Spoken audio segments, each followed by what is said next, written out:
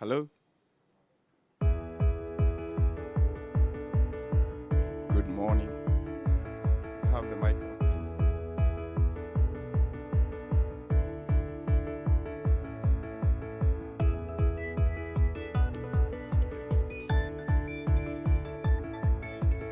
Mic. Okay. Good morning. We will be starting shortly, but there's coffee tea at the back. So you could grab yourself coffee, especially those who are just coming.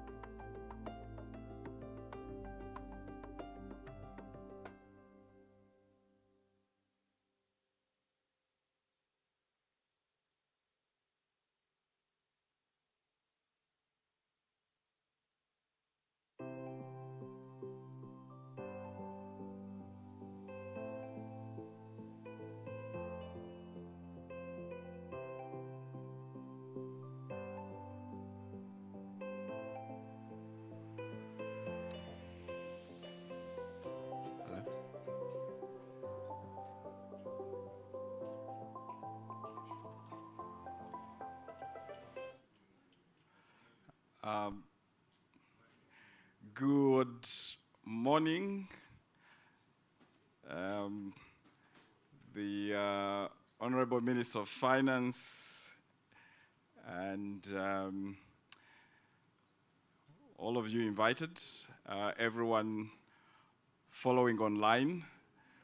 My name is Bernard Tabaire. I'm the External Affairs Officer at the World Bank office here in Kampala. And I'd like to welcome all of you to this half-day event, the launch of the country partnership framework for Uganda, and secondly, the launch of the public finance review, very important publications of products. One is a strategy, the other one is a product that looks at our public finances. We will have the remarks from our country manager, then the division director who is in charge of Uganda, Kenya, Rwanda, and Somalia, and then we'll have the Minister of Finance speak, then we'll have the first panel on the country partnership framework, and then a plenary discussion. Those of you online, please do post your questions or comments. We will then have the second panel focused on the public finance review. Of course, there'll be presentations before those panel discussions. And I'd like to acknowledge, especially the media, given developments over the weekend. So nice to have you here. We hope for a better resolution of the issues, but also to make a plug for the launch of the 27th edition of the Uganda Economic Update, which will happen on Thursday, July the 2nd, in the morning at the office, and the media particularly are invited. The focus is on construction and jobs, pretty important. So we will be happy to see you then.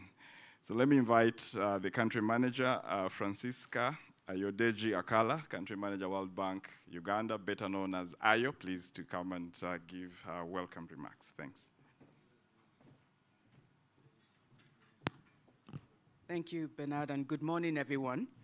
I want to thank you all for coming here so early to participate in this. And I want to recognize the Honorable Minister of Finance, Honorable Henry. Thank you so much for taking the time to come.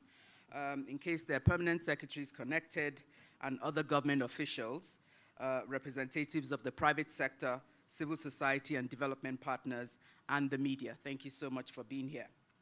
My colleagues from the World Bank Group that have worked on this, and everyone else that is online, good morning and a very warm welcome to all of you. As Bernard has said, today we're really launching our country partnership framework for Uganda for the period 2026 to 2035. So that's a 10-year time frame. And also the Uganda Public Finance Review. Together, these two documents recommend not just documents, but actually a shared platform for World Bank Group engagement with the government and the people of Uganda over the next decade. This is a real opportunity for the Uganda country together with the bank. And it's the World Bank Group. It's both the IDA part of the World Bank Group, the MIGA, as well as the IFC. We're really here to support the country because the country has demonstrated strong resilience and sustained growth. At the same time, there's a clear recognition reflected in the government's tenfold growth strategy, and the next phase must deliver structural transformation, greater productivity, and most importantly, more and better jobs for a rapidly growing population. So this is the context in which we have developed the CPF, as we call it, the Country Partnership Framework, working closely with the government, partners, and other development agencies in consultations with many of you that are here today. The CPF reflects a shared ambition to support Uganda's transition toward a more inclusive, resilient, and private sector-driven growth model. But today is not simply about launching a strategy. it's about reinforcing three core principles that will guide how we work together going forward. The first being alignment. The CPF, as I mentioned, is fully anchored in the Uganda's national priorities, Vision 2040, and the tenfold growth strategy. The World Bank Group's role is to support and not to duplicate. This vision and that our financing, analytics, and advisory services are tightly aligned with the national objectives. Secondly, selectivity and impact. The World Bank Group is moving towards fewer and more focused engagements and strong emphasis on results. The question is no longer how much we invest, but how effectively those investments translate into development outcomes. And thirdly, it's about partnerships. The ambitions set out in these documents cannot be delivered by any single institution. It will require continued leadership from government, strong participation from the private sector, and close coordination across development partners. On our part, the World Bank Group, we are committed to deepening this collaboration, both at the strategic and operational levels and in the day-to-day implementation. The CPF also reflects a stronger one World Bank Group approach. We're bringing together the full range of instruments from our three institutions, as I mentioned, IDA, IFC, and MEGA, to better connect policy reforms, public investments, and private sector solutions. Our objective is clear, not just to finance projects, but to help create the conditions for sustained private sector-led growth and more job creation. The two documents we're launching today are closely linked. The CPF sets out where and how the World Bank Group will engage in Uganda over the next 10 years, while the Public Finance Review provides critical insights on how Uganda can strengthen the fiscal foundations needed to support the engagement. Taken together, they offer a comprehensive framework as they link the strategic framework, policy, investments, and implementation. In a moment, our division director, Chimiao, will say more on this agenda. But I'd like to conclude by reaffirming the World Bank Group's commitment to Uganda. We see enormous potential, and we stand ready to support the country not only with financing and knowledge, but as a long-term partner focused on results. We look forward to working with all of you to translate this shared vision into tangible outcomes for the people of Uganda. I thank you, and let me now invite Chimiao to come up.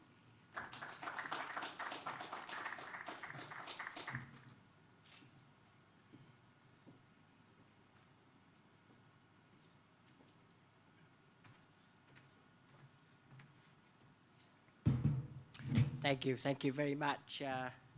I apologize for my voice. Somehow I caught a cold after getting here. The Honorable Minister of Finance, other senior government officials, representatives of development partners, the private sector, the youth, media, and civil society, and colleagues, ladies and gentlemen. A very good morning to you all, and a warm welcome to this important launch event. We're gathered here at what I think is undeniably a defining moment for Uganda. And I want to frame our discussions today, Honorable Minister, not around abstract macroeconomic theories, but around a single stark reality, one that is, I think, at the heart of the analytical work that we're presenting today. Every year, approximately 650,000 young Ugandans enter the labor market, looking for, of course, opportunities. And yet today, the economy generates less than 1/10 of that labor force, and that's about 70,000 formal jobs annually. In fact, by the end of 2025, Uganda's economy was already short of some 1.64 million jobs, leaving 90% of workers in the informal sector. Closing this gap is not just an economic priority, it is the defining development challenge of the next decade. In fact, the government of Uganda has recognized this urgency.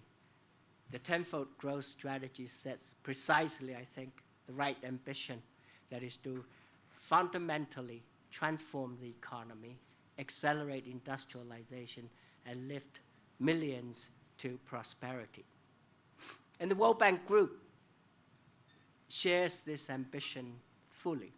And today, we're launching 2 foundational documents, as Ayo mentioned, that outline exactly how we will support Uganda to finance, implement, and achieve that transformation. That is the country partnership framework for Uganda for the next 10 years and the Uganda Public Finance Review. Let me begin with the country partnership framework, CPF in short. The CPF is really our 10-year operational strategy.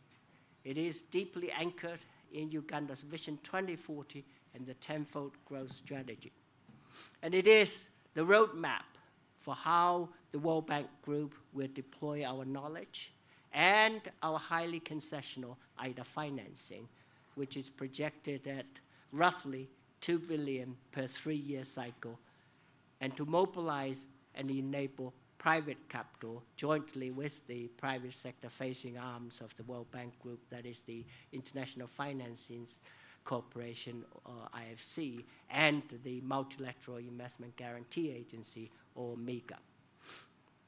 And our singular overarching goal across all these interventions is to help the country to create more and better jobs. To drive this private sector-led transformation, the CPF focuses our resources across 4 interlinked outcomes. First, strengthen economic governance. We will support the government to build the institutional capacity needed to manage public resources transparently and sustainably, and to create more fiscal space and mobilize domestic resources to finance Uganda's long-term development needs. Second, healthier, better skilled people. A $500 billion economy, Honorable Minister, requires a highly productive workforce. But today, a child born in Uganda can expect to be only about 39% as productive as they could be with full health and education. And we will focus heavily on investing in equipping the workforce to meet the needs and the demands of tomorrow's economy. Third, connected communities. And we'll support the build-out of climate-resilient energy, digital, and transport infrastructure. The goal is to link production areas, the farms, the factories, the mines, directly to regional and global markets. And fourth, a more productive private sector. And we will help to reduce the cost of doing business and mobilize private capital into high potential sectors like agriculture and agro-industrialization, tourism, and manufacturing. Crucially, this CPF represents a One World Bank Group approach, as Ayo mentioned. And we're moving away from isolated projects to comprehensive sector-wide interventions that bring either IFC and MIGA together to directly attack the bottlenecks to create jobs. And all this is to be done, of course, with strengthened partnerships and coordination with other development partners and the private sector in the country. Honorable Minister, ladies and gentlemen, having a bold operational strategy is, however, I think only half of the equation. The CPF's goals, better schools and health facilities, more roads and affordable power, a thriving private sector, cannot be achieved without a credible, sustainable domestic fiscal foundation. To put it simply, fiscal policy needs to be fully aligned with the goals of the tenfold growth strategy. And that is what the second document we're launching here today, the Public Finance Review, it's titled Uganda's Oil Decade, a Fiscal Agenda for Growth and Jobs, provides. Commercial oil production, which is expected in fiscal year 27, will bring a significant, but I don't think transformational windfall to the budget. It will be significant, but it's not going to be enough to be transformational. I think the question that people are going to be asking 10 years later in 2035 will probably not be on how high Uganda's GDP was during the oil years, but what permanent, productive human and physical capital Uganda has built with that wealth. And the Public Finance Review provides a set of actionable fiscal reforms needed to support the ambitions of the tenfold growth strategy and the objectives of the CPF. In fact, I think these fiscal reforms map directly into the outcomes of our partnership. To strengthen economic governance, Uganda will need a comprehensive approach, that is, to moderate recurrent spending, accelerate tax reforms to broaden the tax base, not necessarily to raise rates, enhancing spending efficiency, and notably in public investment and procurement, reprioritizing expenditure towards job enablers and reducing debt service. This, I think, will help to ensure long-term debt sustainability while simultaneously improving the efficiency of public spending. Second, to nurture better skilled people, the PFR proposes a human capital compact. This involves more than tripling human capital spending. I hope, Minister, I'm not scaring you.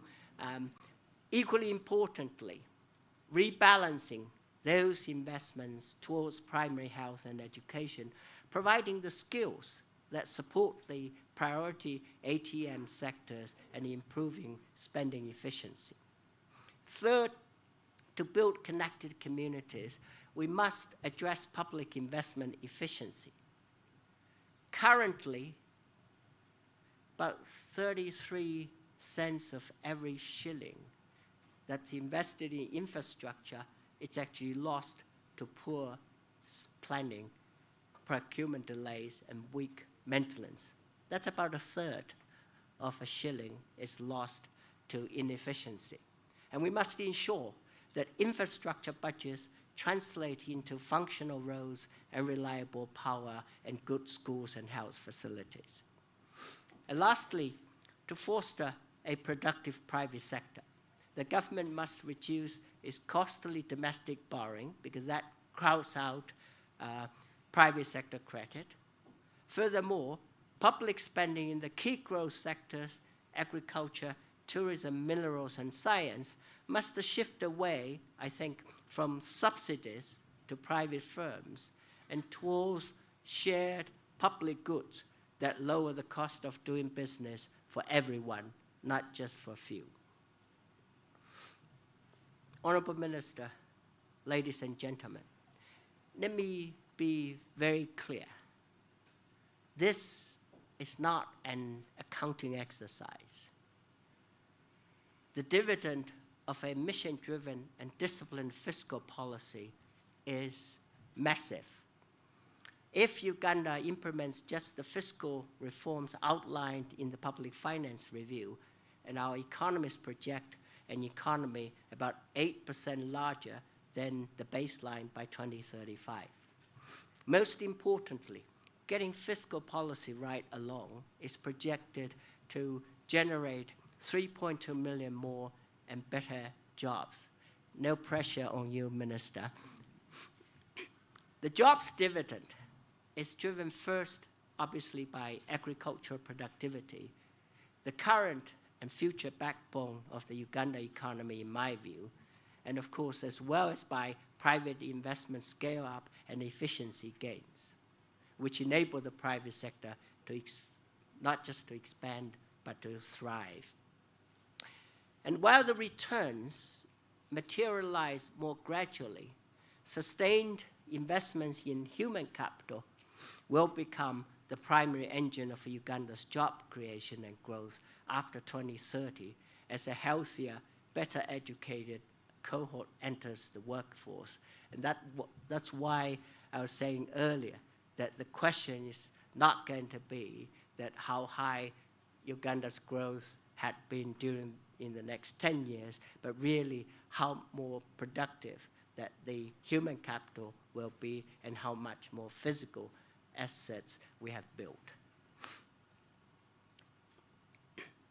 But fiscal policy is just the foundation.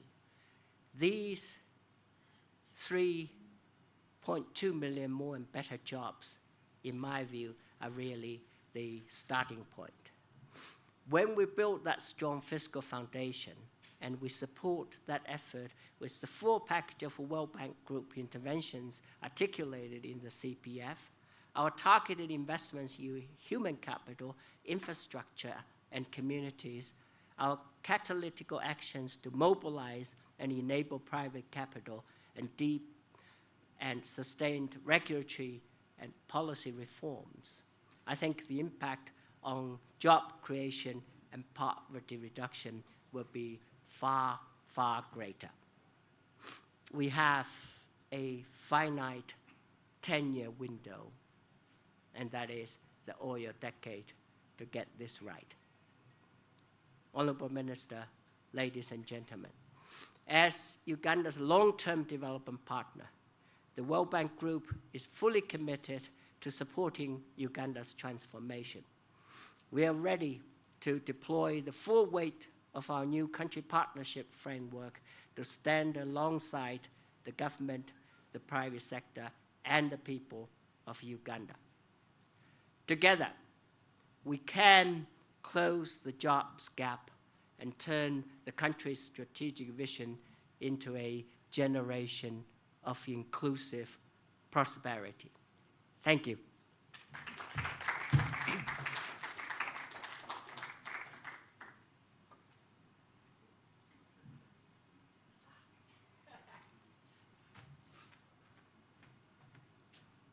It's now my honor to invite His Excellency, the Honorable Minister of Finance, to the podium.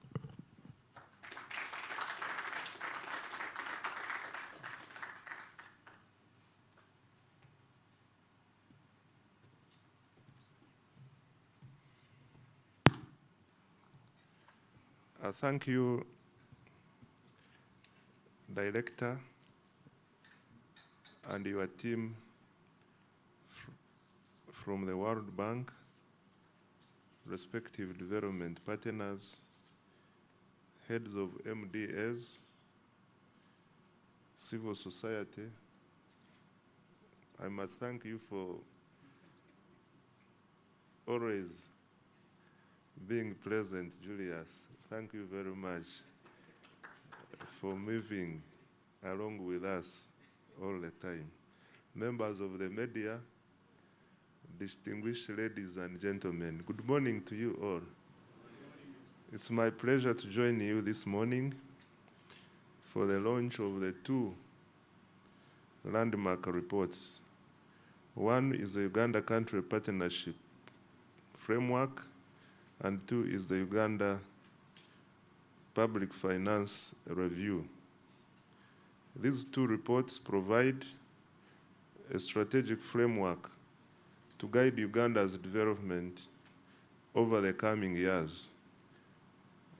I would like to commend the technical teams whose dedication has produced these two timely and important publications.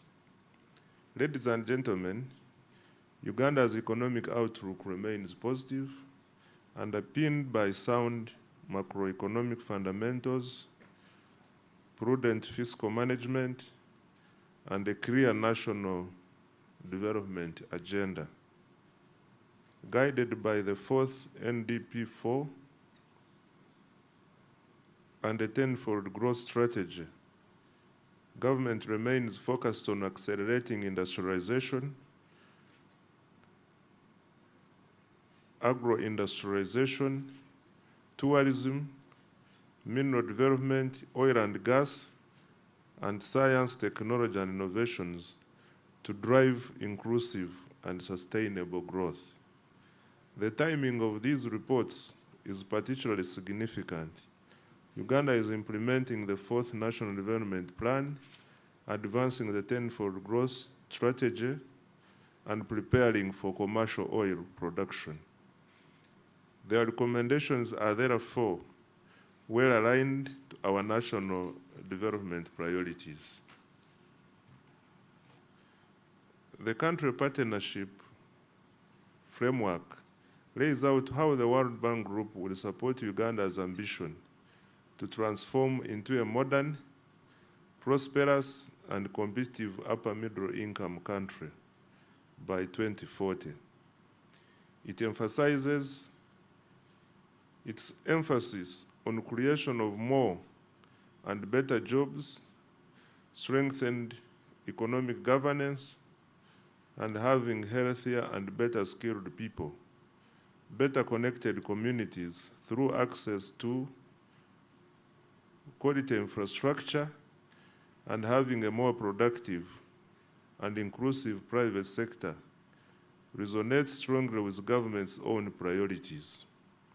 Similarly, the Public Finance Review provides timely analysis as Uganda enters into oil decade.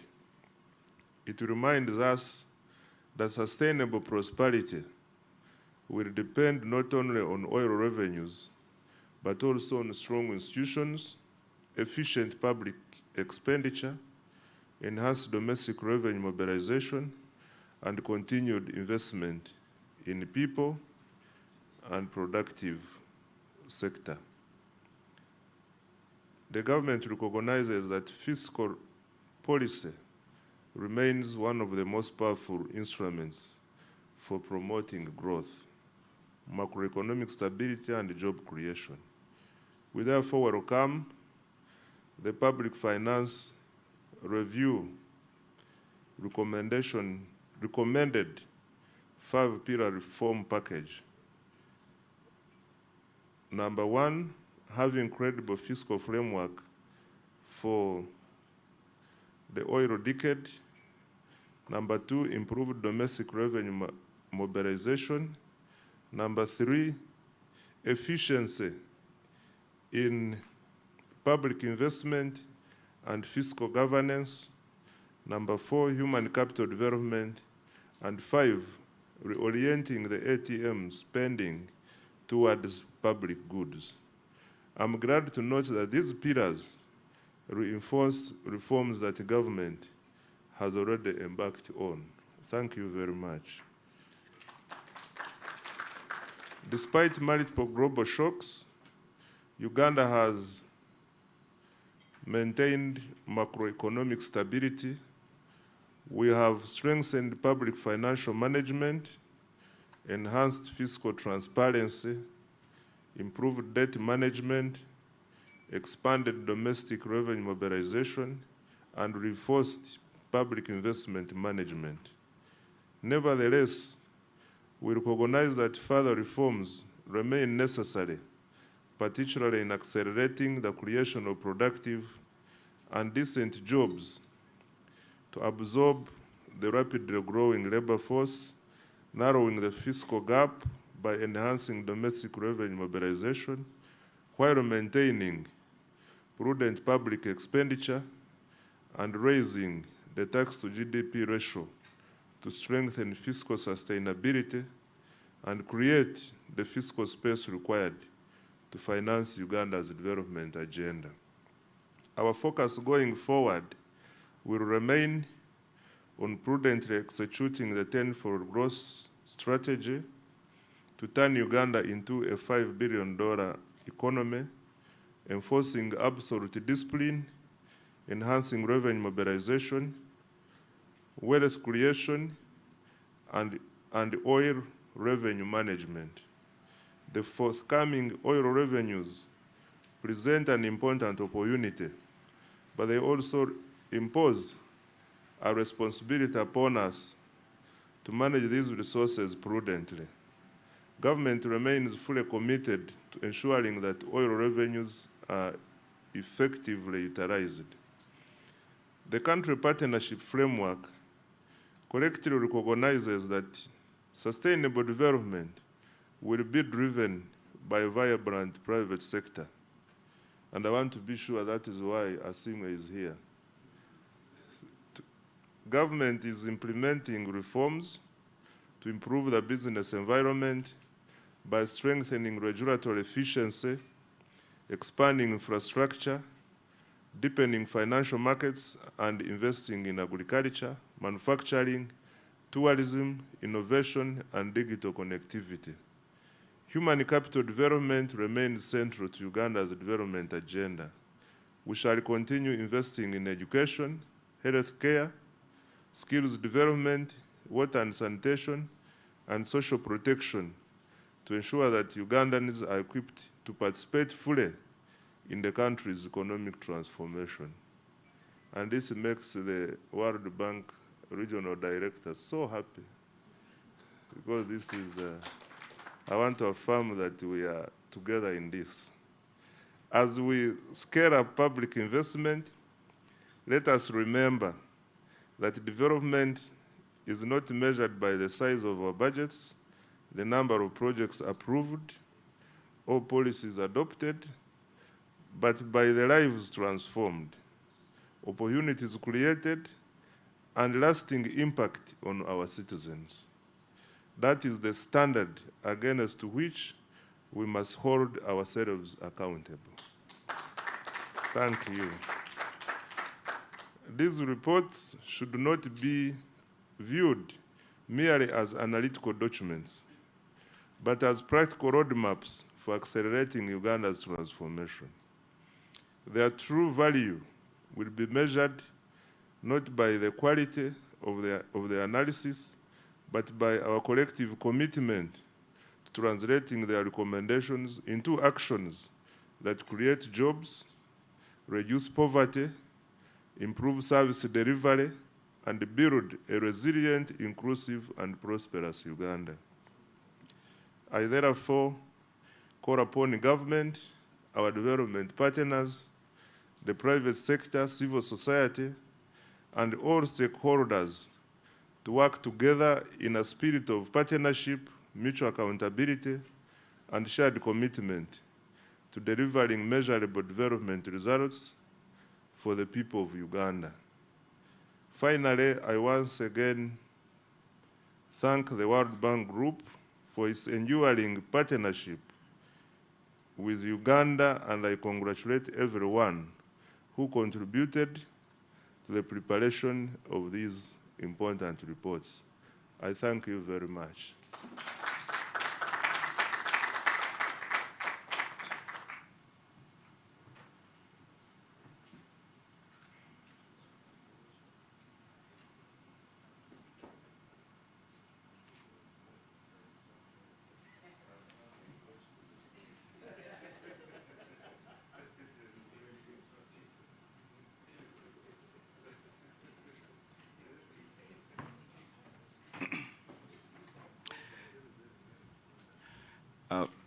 Thank you, Mr. Minister. Thank you, Chimiao. Thank you, Ayo. That was the opening session. Now we get into the meat of why we are here, and we will start with the country partnership framework. And from now on, I'd like to invite Maurice Mugisha, who will be our moderator for the sessions on the CPF and the PFR. Maurice is the Deputy Managing Director of the Uganda Broadcasting Corporation, but a veteran newsman, anchor, of many years. So, Maurice, please. Thank you, Bernard. But Honourable Minister, with your permission, because I know he has to run to cabinet, and for the newspapers, and especially for all the key stakeholders, it would only be nice if you had a photo here with all the stakeholders, which marks the formal launch.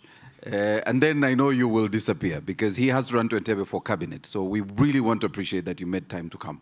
So may we invite you here with the key partners, our division director, the country manager, the private sector, both the private sector foundation, of course, Sanjay, and civil society, plus the youth. We're very inclusive at the World Bank.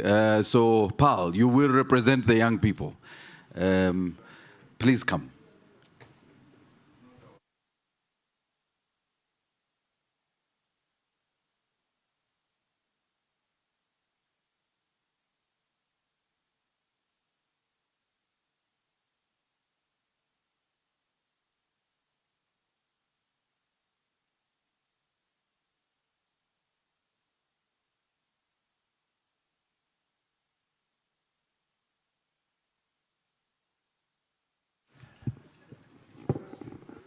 Honourable Minister, this is the first photo, then the rest of us will join.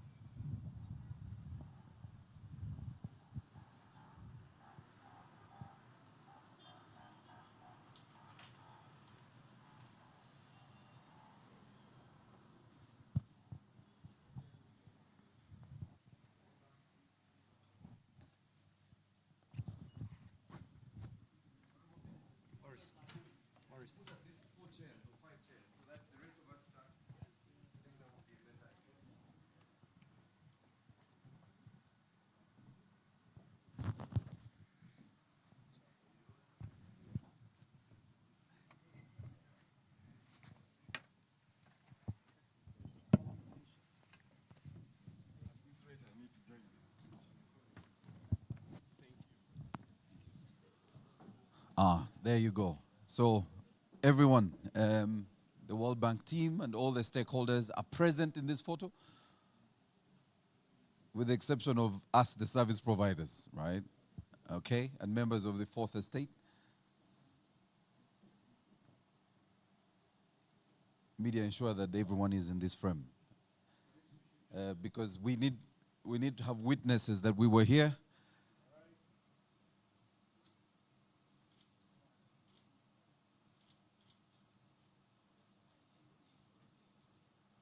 All right, thank you very much, Honourable Minister.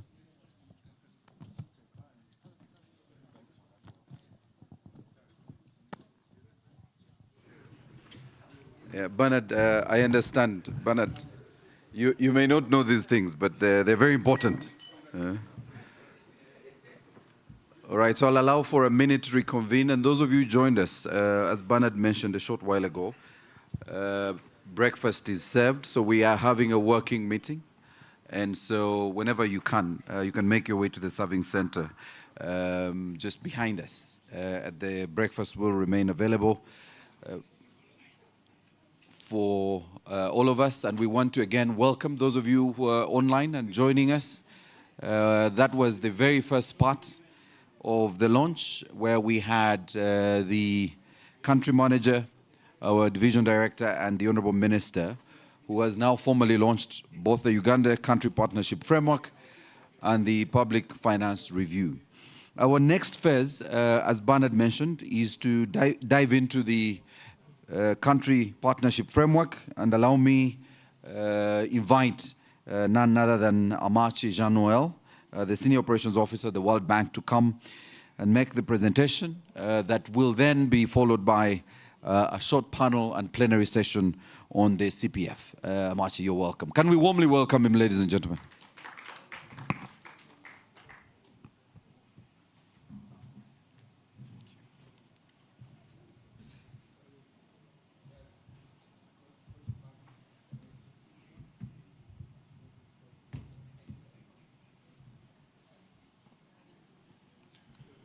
Good morning. I have the privilege to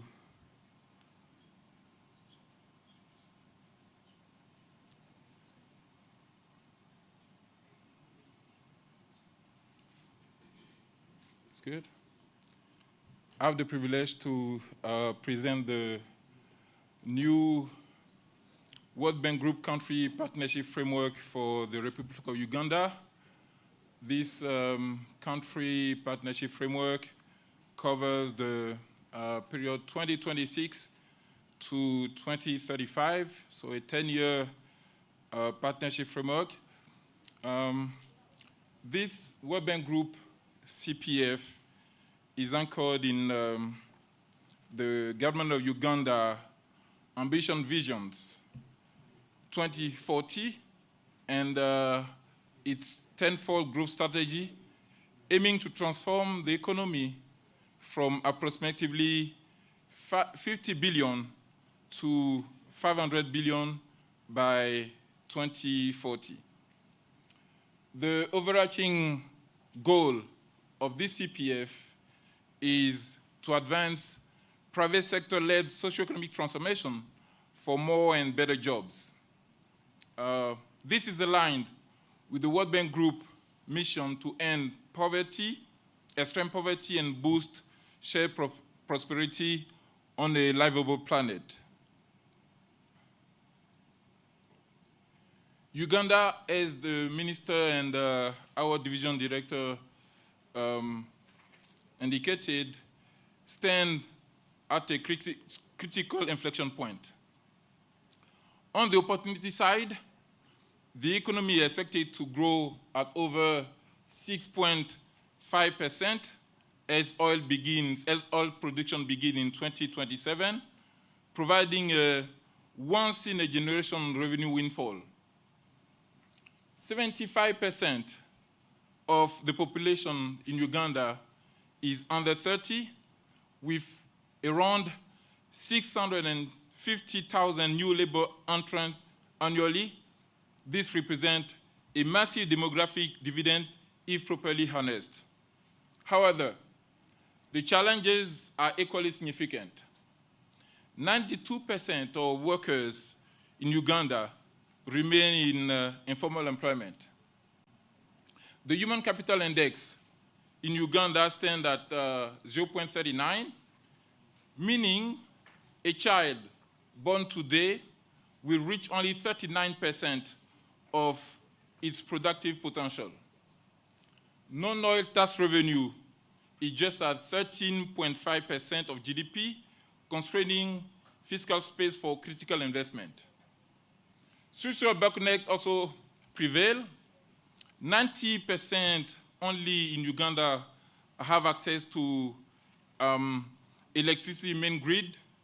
Digital connectivity stands at 50%, and the regulatory environment constrains private sector entry.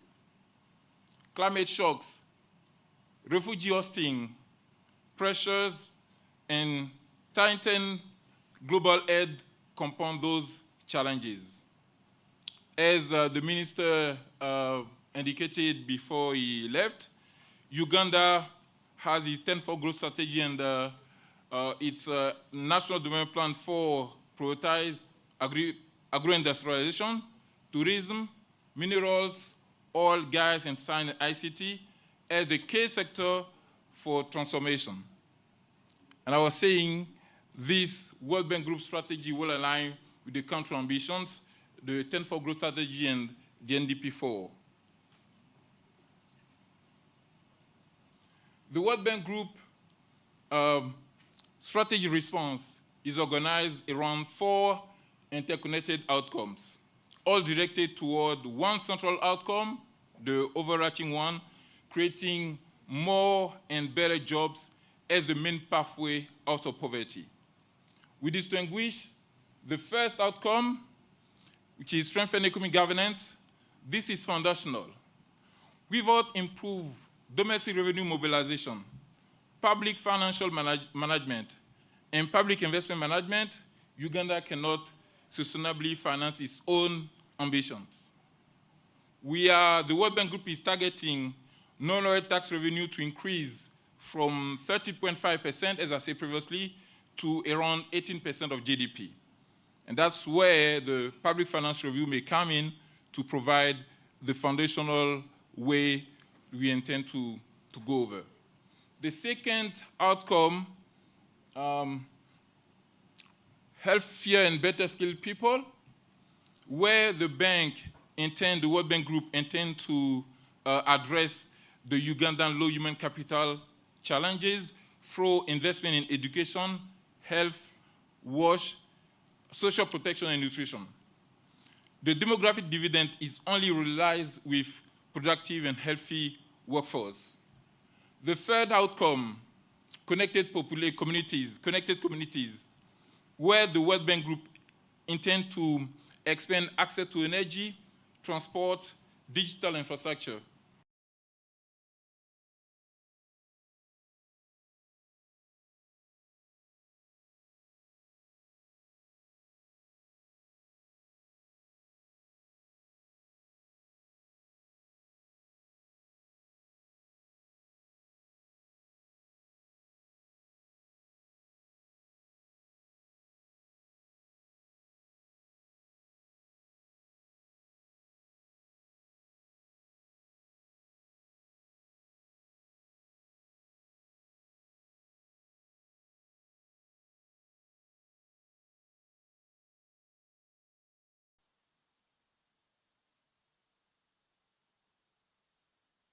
Uganda has genuine comparative advantage. This outcome, the four outcomes integrated, are mutually reinforcing. They align with the Uganda 10 for growth, as I was saying previously, and also with the NDP4 priorities. The World Bank Group country partnership framework will be implemented through a one World Bank Group approach using either IFC and MIGA instrument, but also building on the government commitment to reforms.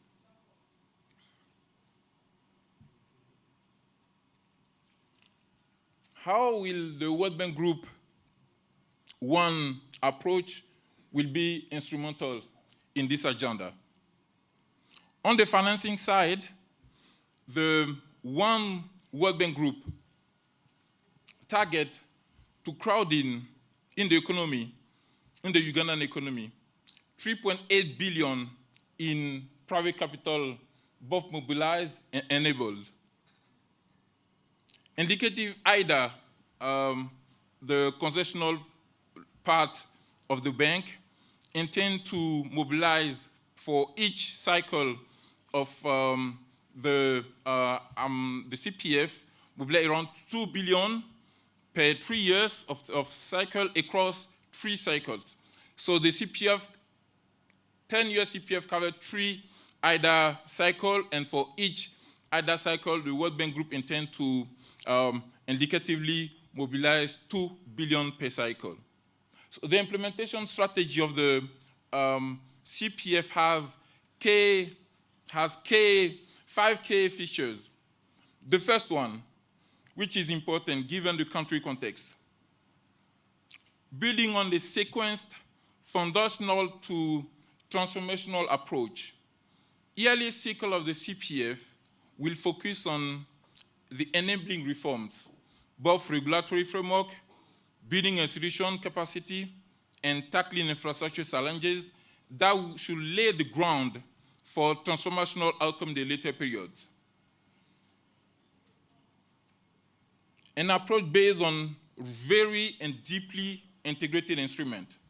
Each phase of the CPF will combine development policy operations, meaning operations that tackle the reform, the challenge that we face, both on the policy and the sectoral reforms, macro and sectoral, that laid the ground for transformational outcomes in the later period, but also we will tap on investment project financing, so the IDA financing, but also IFC and MIGA coming on advisory services and analytics in the coordinated package.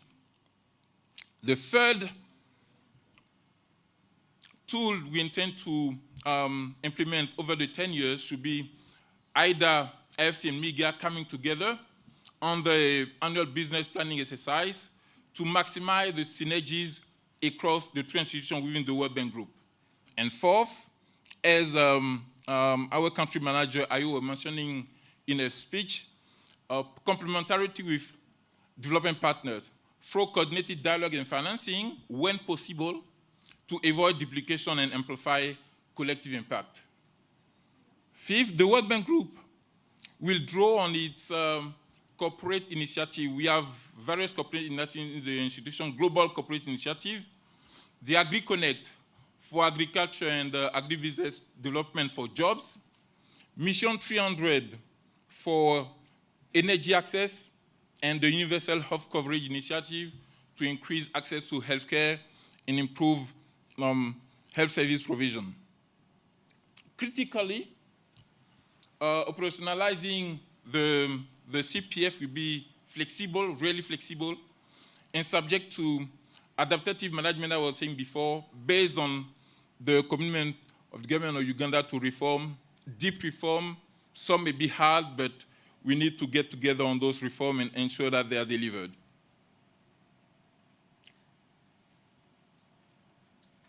Let me bring together the financing approach we just discussed to what we intend to deliver in terms of development outcomes.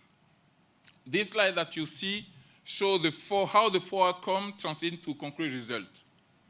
So the top of the slide shows the overarching objective with what we intend to crowd in terms of private capital and job to be created, more and better job to be created, and where we start and where we go.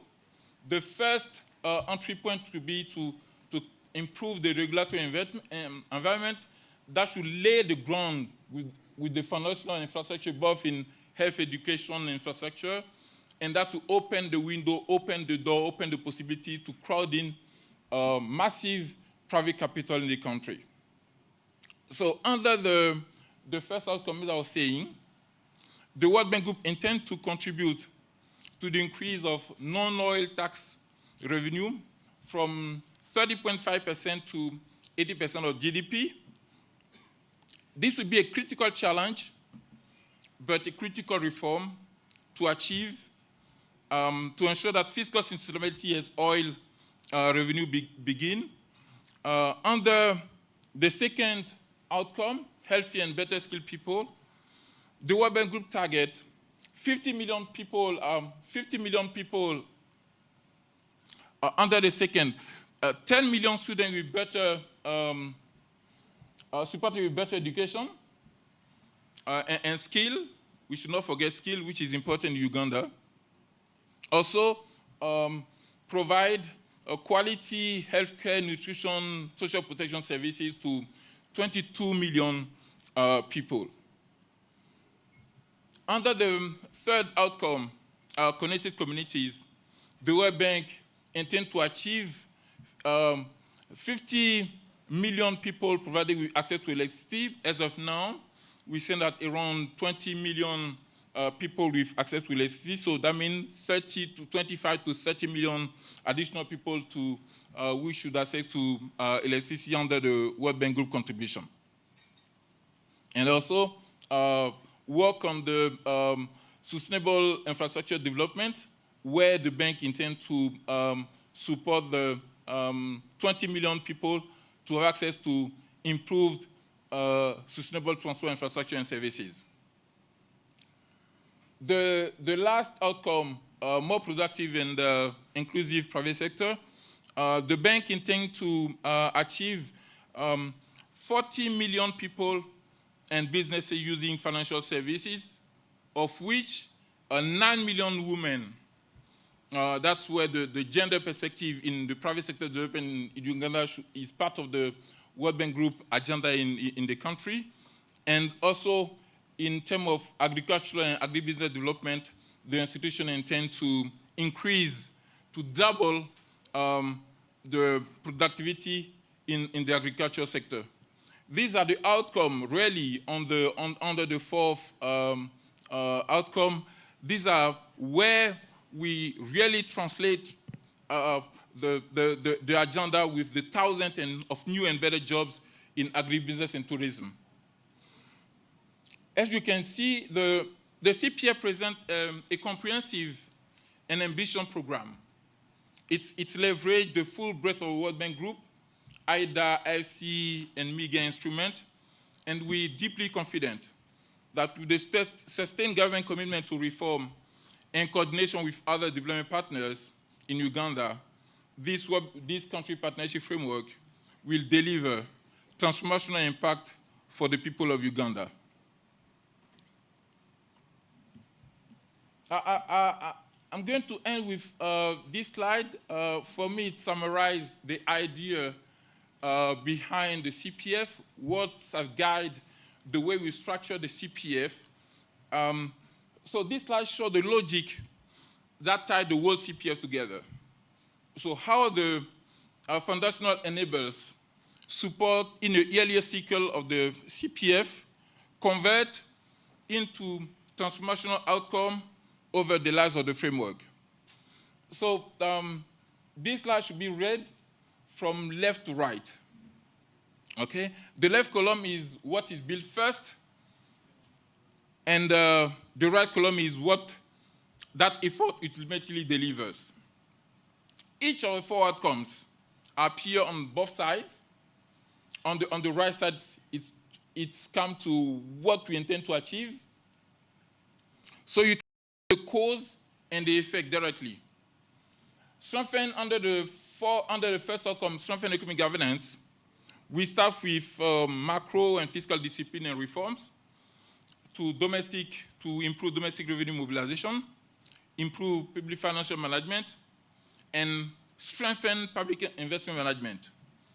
The payoff is a market-enabling state where we experience deeply strategic public investment management and state-owned entities oversight, credible and previsible regulation enforcement.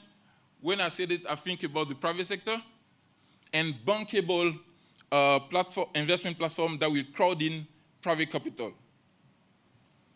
Under the healthier and better skilled people outcome, the foundational investment in education, health systems, war, social protection, and service delivery reforms will translate to productive labor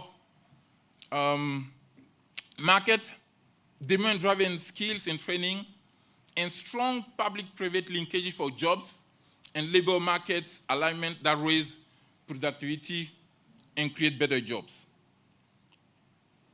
For the third outcome, energy, transport, and digital infrastructure with an access and the resilient focus become integrated economic zone with cities and corridors as growth hubs that lower film-level cost and unlock agglomeration and market access. In short, infrastructure become productivity capital. And then for the last outcome, the work that the institution, the World Bank Group, intend to do on the value chain, improving access to finance also, and improving the business environment, and supporting the ATM development will lead to scale film growth and jobs, film scaling rather than fragmentation, supported by increased financing, better logistics, more competition, regional market integration. This is where more and better jobs are created at scale. The key message is the following. So none of the transformational outcome on the right that we intend to achieve will not be without the enablers on the left. This is why the sequence is important. Foundational reform first, transformational later. And that's why also the commitment from the government of Uganda on the reform is the hinge on which the entire framework turns. With that, I thank you and look forward to the panel discussion. Thank you.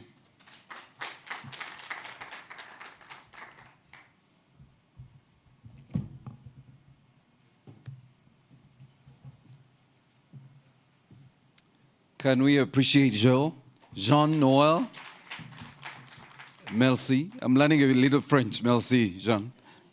First of all, let me apologize to those in the room because we have more people online than those in the room. Since we're talking about connectivity, and I'm glad the division director spoke to this, we still have a few connectivity issues in the room. So apologies for the air conditioning. But that is being worked on, and we may get some interferences here and there during the panel discussion, but we really apologize. And for those of you online, we want to thank you. And as mentioned by Bernard, the interaction during the plenary session will include your contributions, and so you're most welcome. So may I quickly dive into the conversation and invite Dr. Rogers Mate, the Deputy Executive Director, the National Planning Authority. Can we give him a warm hand clap as he comes to the front? I'll invite Mr. Sanjay Rohani, the Chief Executive Officer at the Standard Chartered Bank. Please welcome him, ladies and gentlemen. And probably the youngest person in the room is Paul Gakazi, Chief Executive Officer at the Collaborate Platforms. Please welcome Paul. Lady and gentlemen, ours is going to be a short conversation and allow for as many questions as possible during our plenary discussion because we have a virtual audience that would like to be part of this conversation, but we also like to ensure everyone in the room is part of this conversation. We're using the hashtag UGCPF for this very first session, but also throughout today, UGCPF 2026. That's the hashtag we're using for today's conversation for both launches. But allow me start with none other than Dr. Rogers. Dr. Rogers, as was with the presentations from both the division director, but also from Jean's presentation, Uganda's Vision 2040, the country tenfold growth strategy, and the fourth national development plan that is, of course, already rolled out. You set a clear path towards structural transformation. How does this new World Bank Group, CPF, reflect and, of course, translate to that strategy? And how can Uganda, as a country, based on your planning perspective, benefit from the conversation that Jean has already led us through, and how do we position ourselves to be able to at least speak to the objectives of the CPF?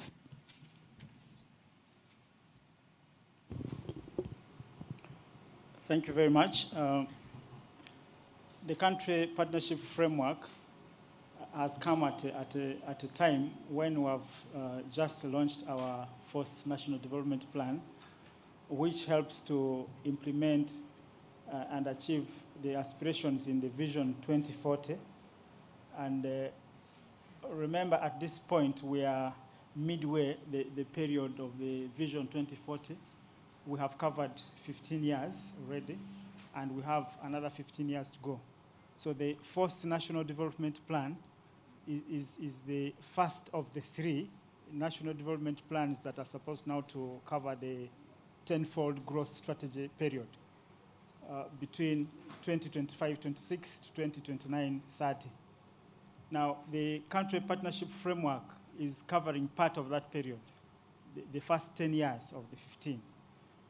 And what I'm noting is that there is alignment in the objectives of the country partnership framework and the tenfold growth strategy, as well as the NDP4. If you look at the objectives of NDP4 for the medium term, we have 5 main objectives. The first one focuses on improving productivity and production in the key growth sectors, such as agriculture, mining, tourism, and also takes advantage on the developments of the science and technology. There is the second objective, which deals with improving the quality of human capital. The third one focuses on consolidating the quality of infrastructure. There is an objective on the private sector development as the key engine for job creation and wealth creation. There's a fifth objective, which deals with improving the role of the state, because the state provides the environment for the private sector and other activities to take place. Under those objectives, we have priorities, about 11 priorities. The first priority is to make sure that we monetize the economy and bring more people into the money economy, from subsistence to economic activities that create money. The second priority is to do with value addition in especially agriculture, tourism, mineral development. The other one is consolidating infrastructure, which supports value addition. We have another priority in terms of cost-effective delivery in services for health and education. We have another priority to do with reducing corruption. In total, we have about 11 priorities, but all these speak to the country partnership program that I have noted. And looking at the four outcome areas, these contribute to improving under private sector development. They support private sector development where jobs are created. Now, if you increase productivity and make sure that through, for instance, increased access to resources, to investment resources for the private sector, improve the formalization, increase access to infrastructure that reduces the cost of doing business, that makes it easier for firms to expand and employ more people. So it creates more jobs. So there's contribution to creating more jobs through private sector development. There is the contribution through agriculture development under the agro-industrialization program of NDP. The country program also identifies areas to support agriculture. There is the human capital development, skilling. There's skilling and health. Now, in order for us to be able to take advantage of the demographic, the big bottom population, where the structure of our population is such that we have many young people, but many of them are out of employment, mainly because of unmatching skills with the demands in the market. Now, the country program is providing for skilling, appropriate skilling, meaning that we will be able to create jobs for more people in line with the plan. Equal health, for us to be able to achieve the demographic dividend, there are about three areas: education, health, access to health services, and issues of the economy, reducing poverty. Now, if you reduce poverty and people get involved in economic activities, then the labor gets value. That value transforms into more production and therefore supports economic growth. The other area is the financing. Financing through the private sector, the last outcome area where it focuses on the private sector and access to finance.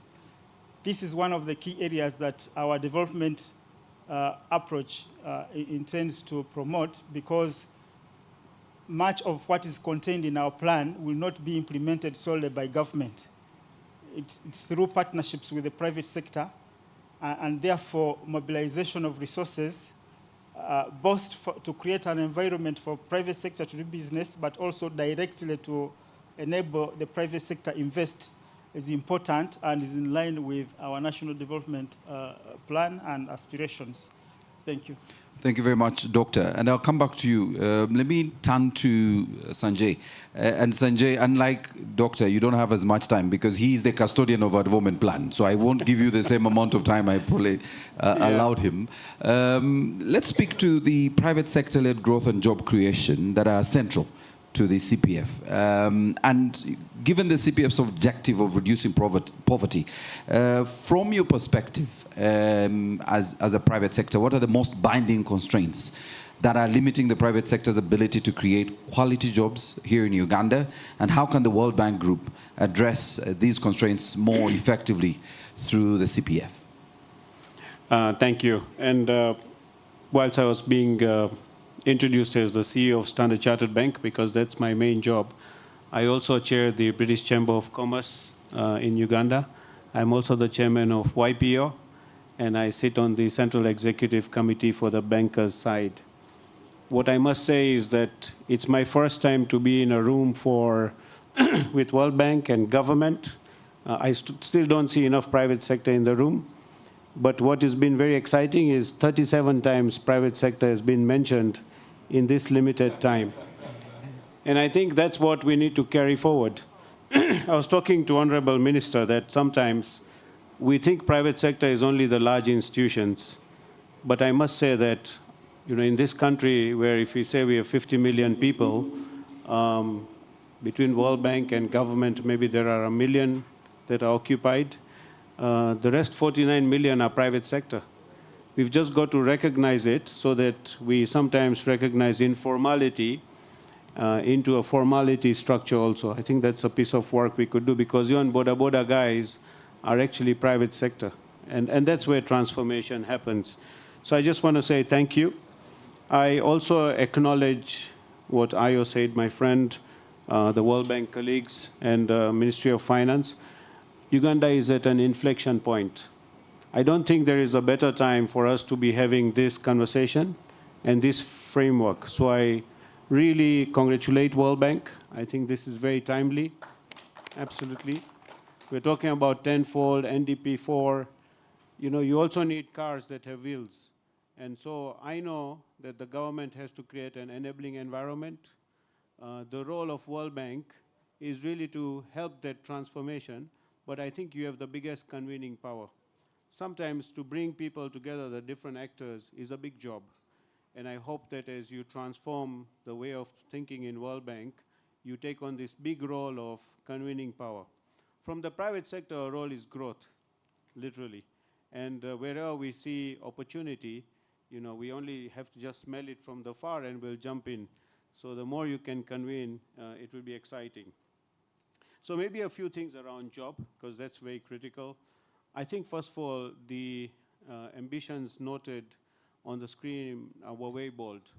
But it requires bold ambitions to be collectively responsible and drive growth. And I did say Uganda is at an inflection point. We do need to recognize that we've had 30 years of 6 and above 6% growth. And that's fantastic. But that's made us to reach what? 63 billion? To scale up now to get to 500 billion, we can't use the same formula. So I want to acknowledge the work of certainly Ministry of Finance and the thinking that's gone behind these frameworks because it will require that.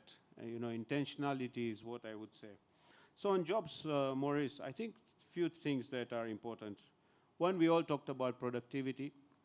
I think one thing that the depth that it has covered is exceptional. So I want to say thank you for that piece of work. What I recognize is that we do need to add much more technology into it. And I think scaling up the regional market space is also very important because we are very stable.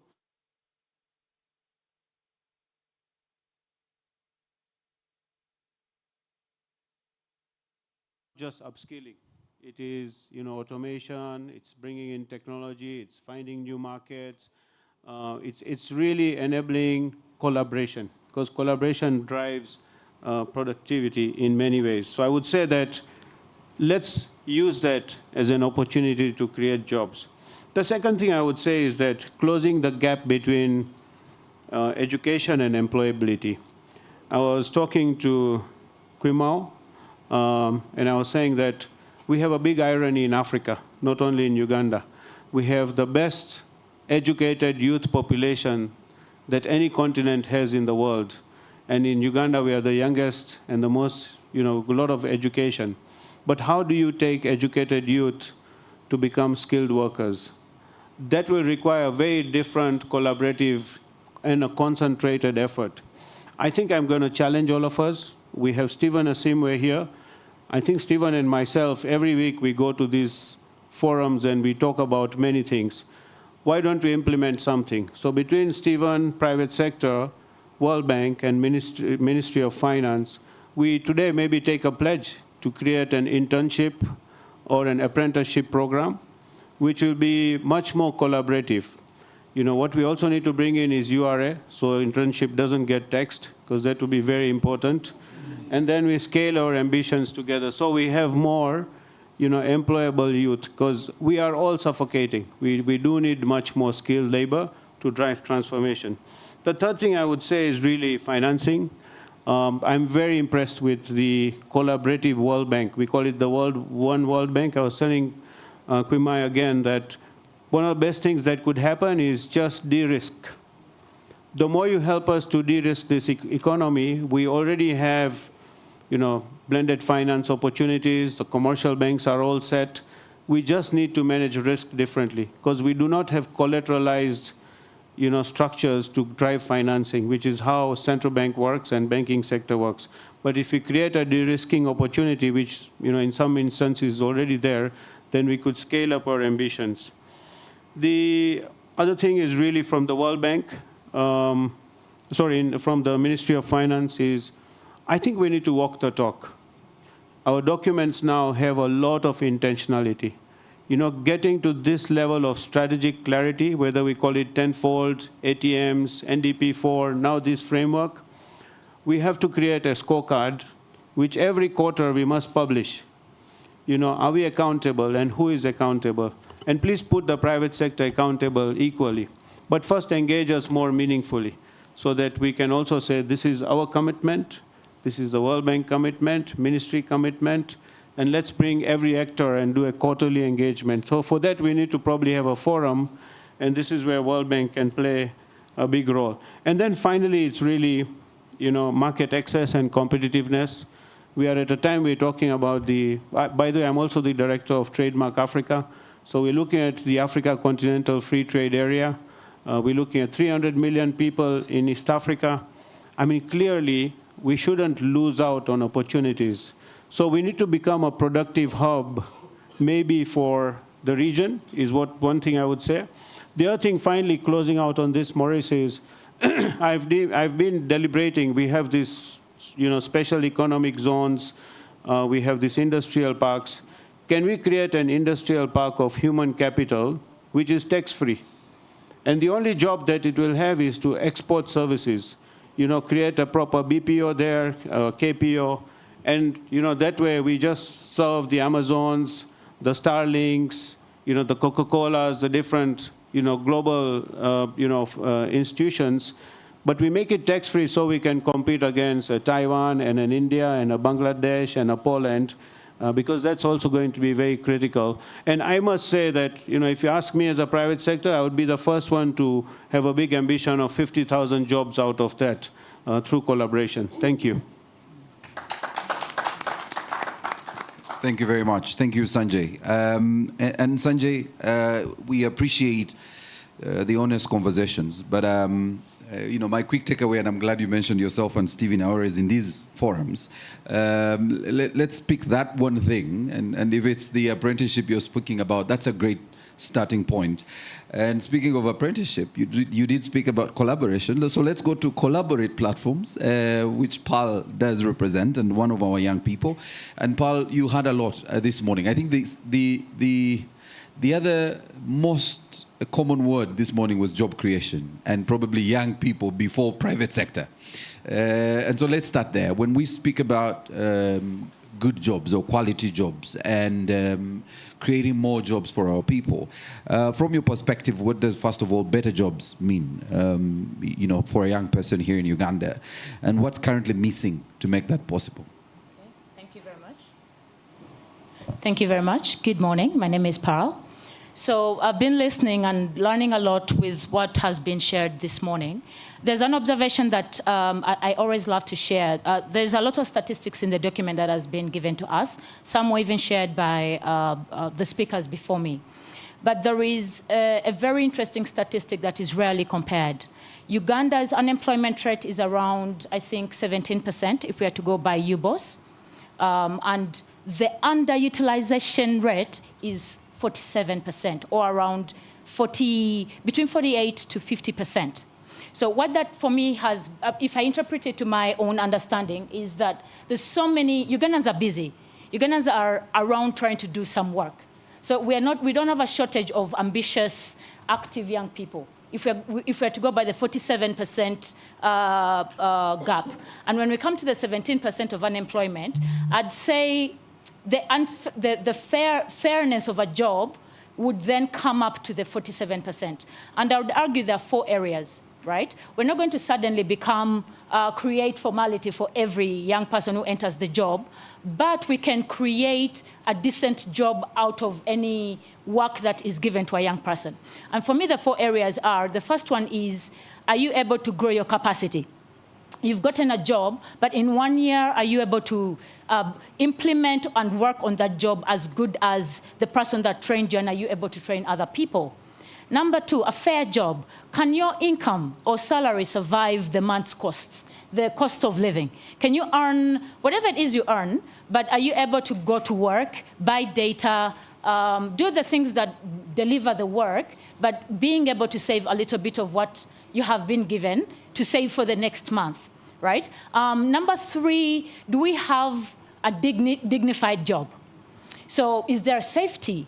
Do you feel that you belong to that job? Are there statutory deliverables given to you by your employer? Are you able to sit down and say, okay, with this job, while I may not be earning the most, but at least I am safe, I am earning my NSSF, I have a person I can learn from, and I can grow in my job. So for me, number 3 is very important, because without number 3, without safety of a job, regardless of what you're earning, we will then have to discuss the psychology of that job that you're delivering. That job becomes expensive, is the point that I'll be delivering. So the last one is there a trajectory? In 4 years, can you tell people that I was doing this job, and from this job I got upskilled or trained or got better and grew into this part of the job? I'm quite impressed by what is happening in the oil and gas area, and mostly from the national content. Oil and gas can be highly specialized, but the sector didn't sit back and say, you know what, we're going to get the ready talent from our neighbors or from around the world. No, they said, listen, what we're going to do is we're going to invest locally. We can work with our international partners, but even should we give them the opportunity to work in Africa or Uganda, we're giving them the demand or the expectation that they should work with maybe a local young brand that they can upskill and train so that they are able to match up for bidding aspects. So for me, those 4 areas, if we're able to achieve them, I genuinely think we shall be able to access a good job. And to your point of what are the gaps, we have what a fair job might mean, but what are the gaps that we need to close for these opportunities to be more accessible? There's so many, Mr. Sanjay has spoken of BPO. There's so many opportunities for us to create jobs for our country. Because statistically, and we're not saying this because we are Ugandans, statistically, Uganda has some of the well-educated people. Mr. Sanjay has mentioned it. But also one of the most competitive aspects in the BPO space is the command of English, the ability to speak very clearly and being able to be understood. And Uganda, by far, leads in that space. And I've always wondered, and I think the conversation has begun happening, what can Uganda do to attract, to import jobs? The way we shall import all the other things, the clothes we wear and the stuff that we do, how can we reach out to the world that is struggling with a population growth while Africa is dealing with a very wonderful trajectory of growth? So how do we begin positioning Ugandan talent as a formidable group of people that can deliver business process jobs. And that speaks to the demand side. If we are going to speak of apprenticeship, we are going to speak of creation of jobs, we have to acknowledge that employers want a bit of skill. Employers are capitalists, and it's not a shame to be. That's what drives economies, right? But at the end of the day, what are we doing for these young people to be formidably ready to enter at least a junior role?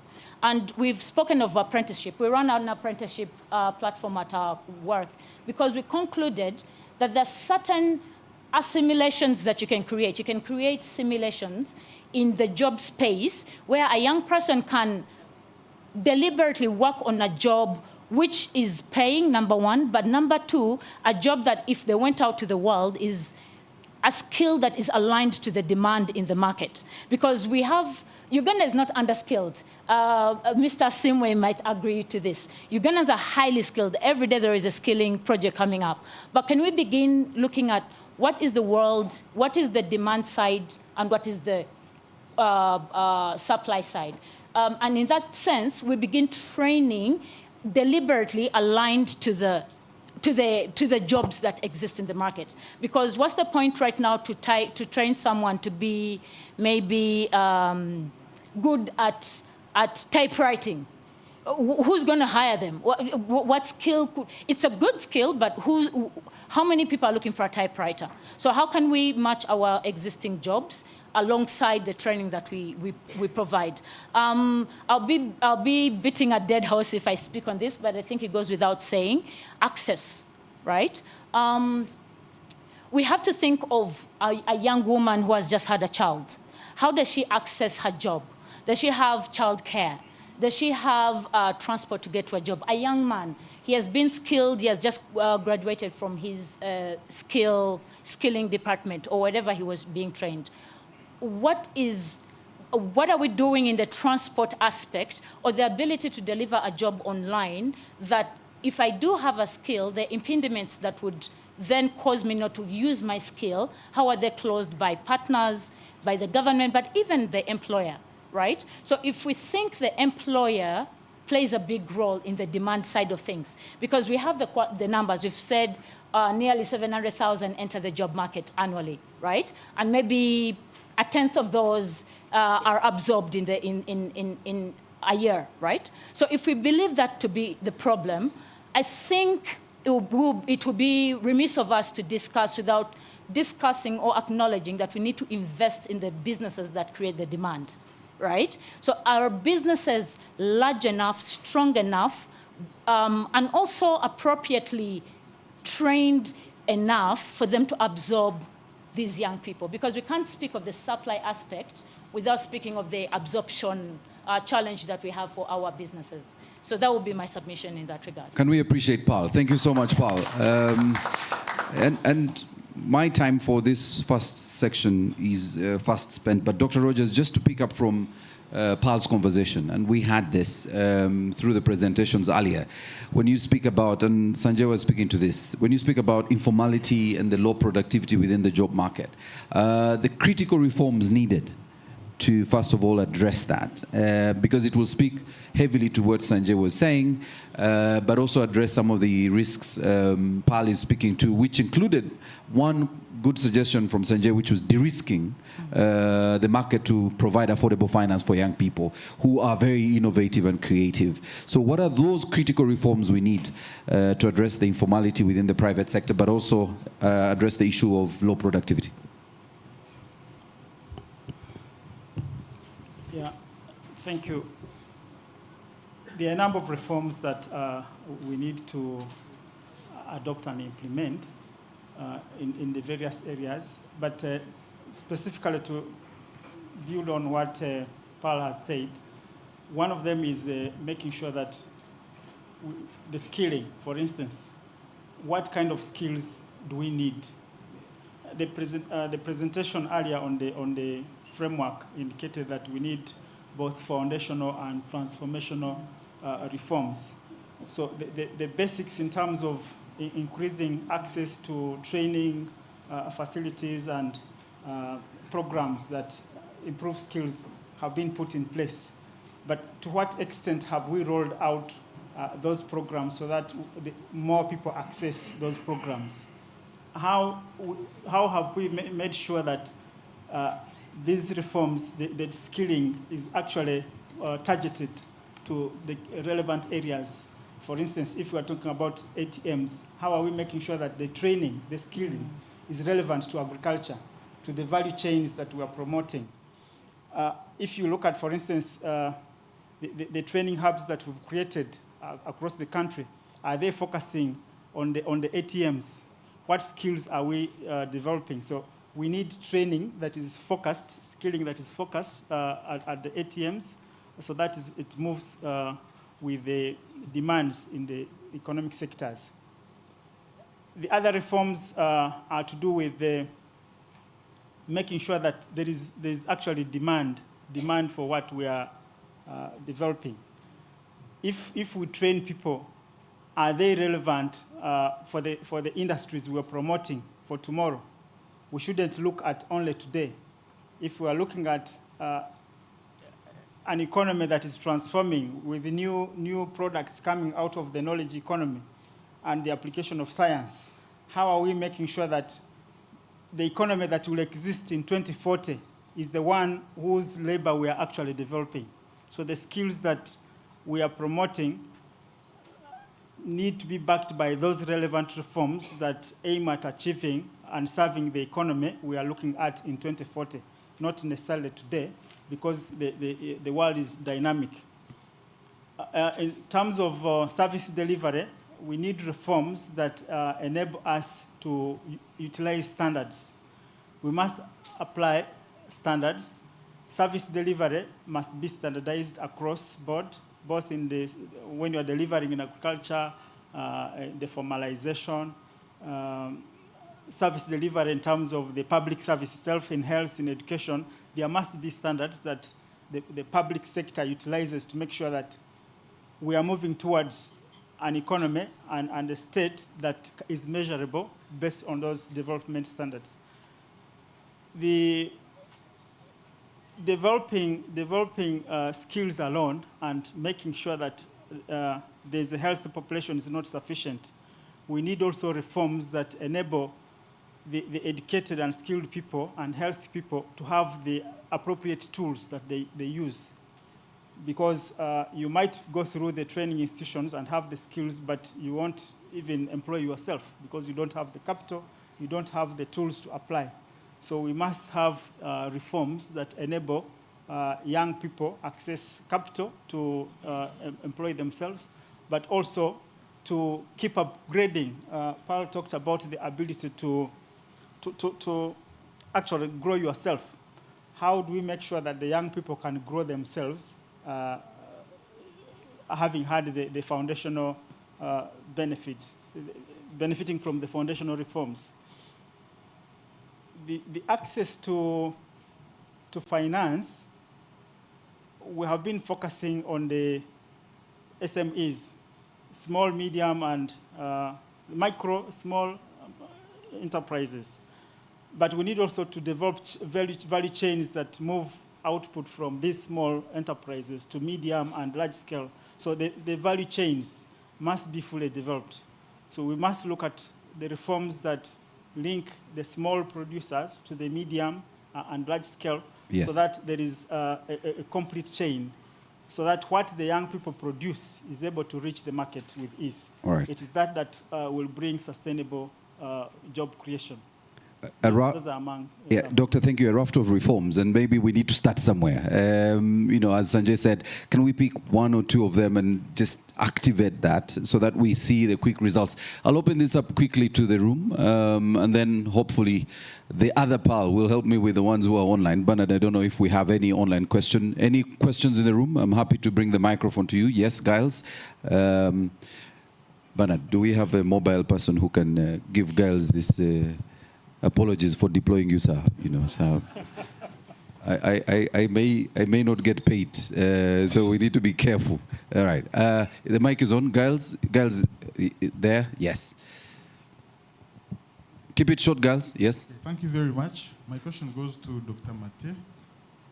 Giles is a member of the Fourth Estate. For introduction purposes, Miss Ayo needs to know you. I'm the managing director of Chimp Reports. Yes. And my question goes to Dr. Mate. Uganda's tenfold growth strategy aims at expanding the economy from about $50 billion to $500 billion by 2040. We see government investing in circles and yoga and so on. Yet, globally, digital e-commerce has become a major driver of growth and job creation. I can share with you statistics. Amazon generated about $630 billion in revenue in 2025. Alibaba, about $130 billion in revenue. eBay, $11 billion. These platforms have enabled millions of small businesses to reach domestic and foreign markets and created millions of jobs in logistics, technology, and digital services. You, as NPA, what plans do you have to develop Uganda's e-commerce ecosystem, create jobs, and have these small businesses grow and export their products to foreign markets? Thank you. Under the NDP4, we have a whole program that is aimed at promoting digital transformation in the country. And there are a number of things that are planned under that program, which is led by the Ministry of ICT. And we intend first to have to develop people, the human resource. We need the human resource. Then we need the infrastructure to promote the ICT across the country. You might have learned that, you might have known that the country is implementing a number of backbone infrastructure under the ICT to make sure that there is access to facilities that can be used to develop e-commerce. Not only e-commerce, but also services in the public sector for government use. Under training, the universities are promoting education programs that are relevant to promoting digital technologies. There are a number of outputs, which I may not mention now, but we have a dedicated program over the 5-year period under NDP4 to develop the digital transformation economy, including creating capacity for individuals to develop products under that sector. Thank you. Yes, any other question in the room? Do we have someone on the digital desk that has the online questions? Do we have any questions, Bernard, there? Not yet, all right. Final, before I run back, Sanjay, before, Julius and Stephen would definitely have questions, but please pack them for your session because yours is coming. But let me go to Sanjay very quickly. Sanjay, we would like to recover a bit of time we lost in the morning. Sure. And speaking to the specific areas that you are addressing, and I like the question on de-risking, so you kind of avail affordable financing for young people. We like the suggestion around apprenticeship. Do we have practical examples where this is happening and how we should be able to operationalize this? Because the big question in the room would be how, because it's one thing to have a really brilliant idea and then it's another to actually have it operational. No, I think, clearly we don't need to reinvent the wheel. Because in this day and age, I always say, first you have to go and beg the model or steal the model or borrow the model. If that works, then you just run. And we have World Bank with us, so we can get a lot of benefit from best practice sharing. So think about the economies that have scaled up the way we want to scale up. I think good examples are Vietnam. They went into a huge, His Excellency, the President, keeps talking about value add. So if you think about Vietnam, they really put all the effort in manufacturing. And that is where it started from apprenticeship, internships, and just got scaled. If we look at India, They went into, we talked about BPO today. So they wanted to service the world. So put a lot of effort into, first of all, from education to connecting to private sector and scaling that up. If you just go closer towards Rwanda, is a big one. They have just created an investment policy. And like Paul said, identify 5 areas. And in those 5 areas, you incentivize everything that is required. If you go to Botswana, they've done very well in the mining sector. They've consolidated a lot of skills, so they become the best. So we have got enough examples of this happening.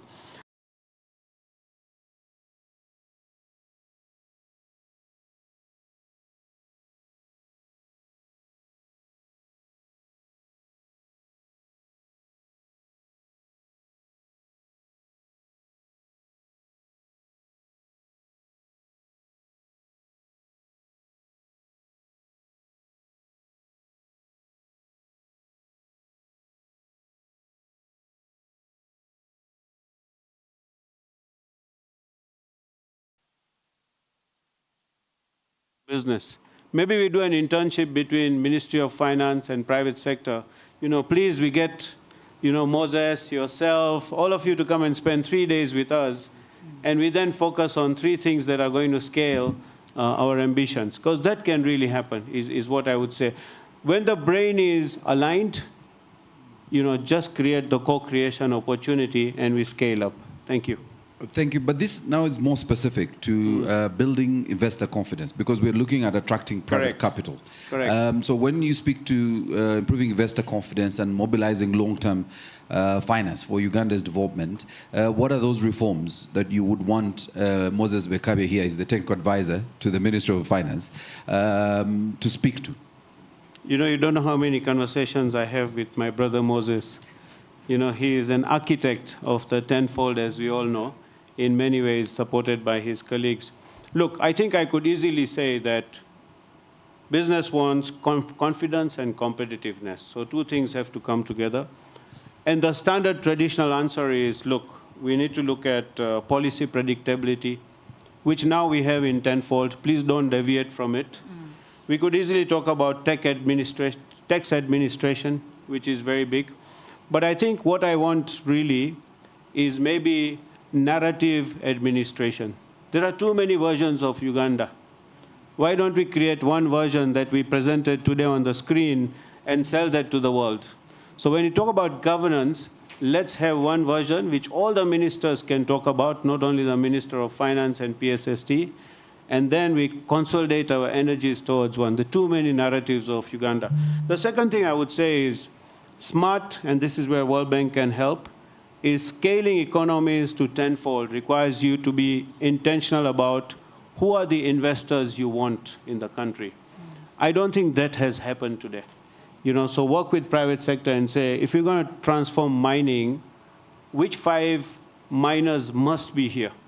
If you want to transform technology that my friend from Chimp Reports was saying, which 5 investors must be in this country? Because we don't have the muscle that many have, but we have the opportunity, the strategy, and an enabling environment. So that is where I would say is required. And finally, I would just say that governance around velocity is important. So not only technology, but anything that drives velocity. Today, if we look at mobile money in Uganda, because of the way our payment system works, we probably turn the money 1 time. If you go to Kenya, they turn the same money 6 times in a day. If you go to some economies, they turn. So anything that is velocity-driven, if we create the right enabling environment and governance around it, will scale up. Thank you. All right, and Paul, to you, because we are speaking financing for young entrepreneurs, what type of support would make the biggest difference on the ground? Thank you. This is a very tricky question for me when I'm addressing it, especially when I'm sitting with people who are experts in the space. So I'm going to make it as micro and inward-looking from my personal experience. My observation is right now in Uganda, people are starting to appreciate the power of organization. Because once you go beyond a certain threshold, the critical mass as a country of a lot more people beginning to think beyond survivorship and they want to grow their businesses, grow their careers. The conversation of finance can be broken down now further into different aspects. And for me, the first aspect is, can these young firms, can these young organizations, are they organized well enough to be able to bid for a job, such Stanchart? Can a small organization come and bid for a job at World Bank?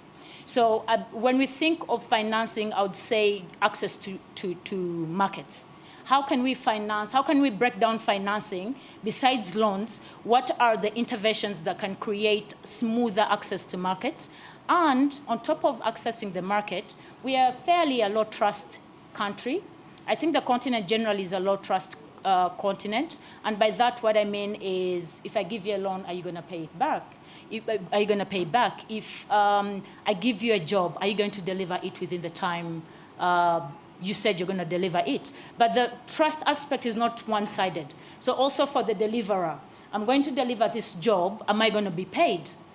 So I'm wondering to the narrative aspect, how can we build a group of people, invest from a finance perspective, invest in young people for a mindset shift, for them to appreciate that once capacity, once a door has been opened, it's now yours to maintain that job or yours to do whatever is required to deliver that job.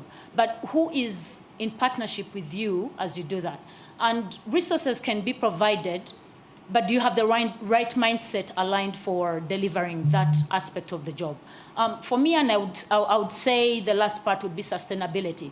So we sometimes bundle up young people and say, okay, young entrepreneurs.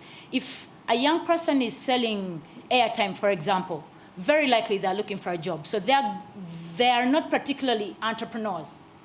So then there is a group of people who has an idea, has even tested it, or is about to test it. Now, that's the entrepreneur. So if we can separate the two groups and say, what is the pathway for Mama Naka, who has a bit of a skill, but she is hawking airtime? Yes, she earns, but it's not the primary outcome of her skill set. How do we coordinate her to a job? Then we find Helen or Joseph, who has a prototype, who has a plan to get into the business, who has, and then we say, okay, what are the gaps of this person? So the gap might not be, if we finance Mama Naka, you've just created debt. If you finance, and I'm not saying Mama Naka doesn't deserve financing, I'm talking about from a loan or job business perspective. But then if you finance a business or a person that is starting a business, you are then also separating that this person can create more jobs, and we can now align with their growth level, what their growth level is, versus the investment we should invest in them. So I would say those are the areas I would consider. Ladies and gentlemen, let's appreciate Pal, Sanjay, and Dr. Rogers. We'll have the photographer. Please stand for the photograph as we wrap this very first session. I want to appreciate you on the bold conversations, leveraging technology, the question on financing, market access, and of course, being able to walk the talk. Ladies and gentlemen, please once again appreciate our panelists for the very first session. With your permission, Bernard, do I introduce tea? Because we want a very short 5-minute break, yes? Yes, we need to stand and stretch our legs, pick a coffee or tea before we dive into session 2. Yeah. The presentation is ready. So Bernard, over to you, sir. 5 minutes. Yes. So the tea is at the back, it's behind the screen. As Cyril gets ready. Yeah, yes, it allows the online audience to just take a stretch from their desks and probably pick their own coffee also. Apologies, you can't join us for the coffee, but please do join us in 5 minutes. We'll be back with our second session.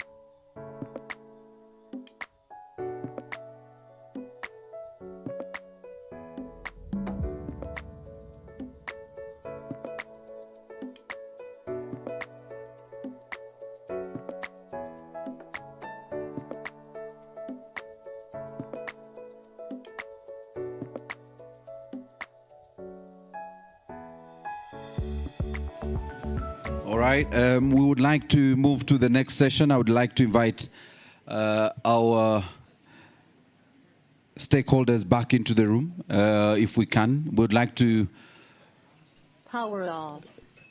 to get as many questions in as possible within the time that we have provided. So I will welcome everyone back to our second session. The online audience, thank you for staying with us. We didn't want to lose you, and we appreciate you.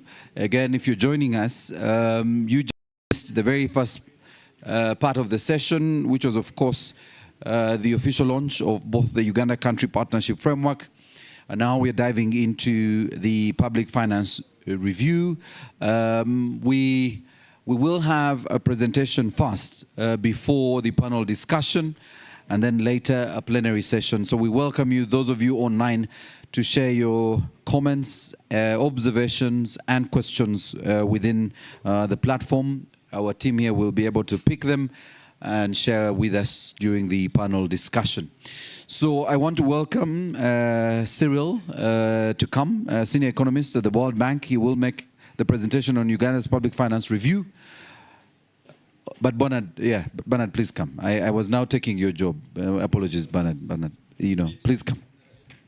Just now that we have almost all media here, just to say that on Thursday we are launching the 27th edition of the Uganda Economic Update. It will be at the World Bank Country Office on Prince Charles Drive.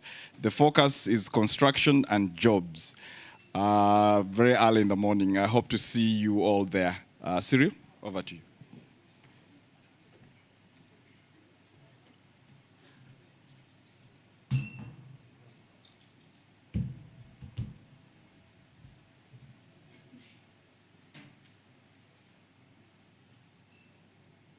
Good morning, ladies and gentlemen.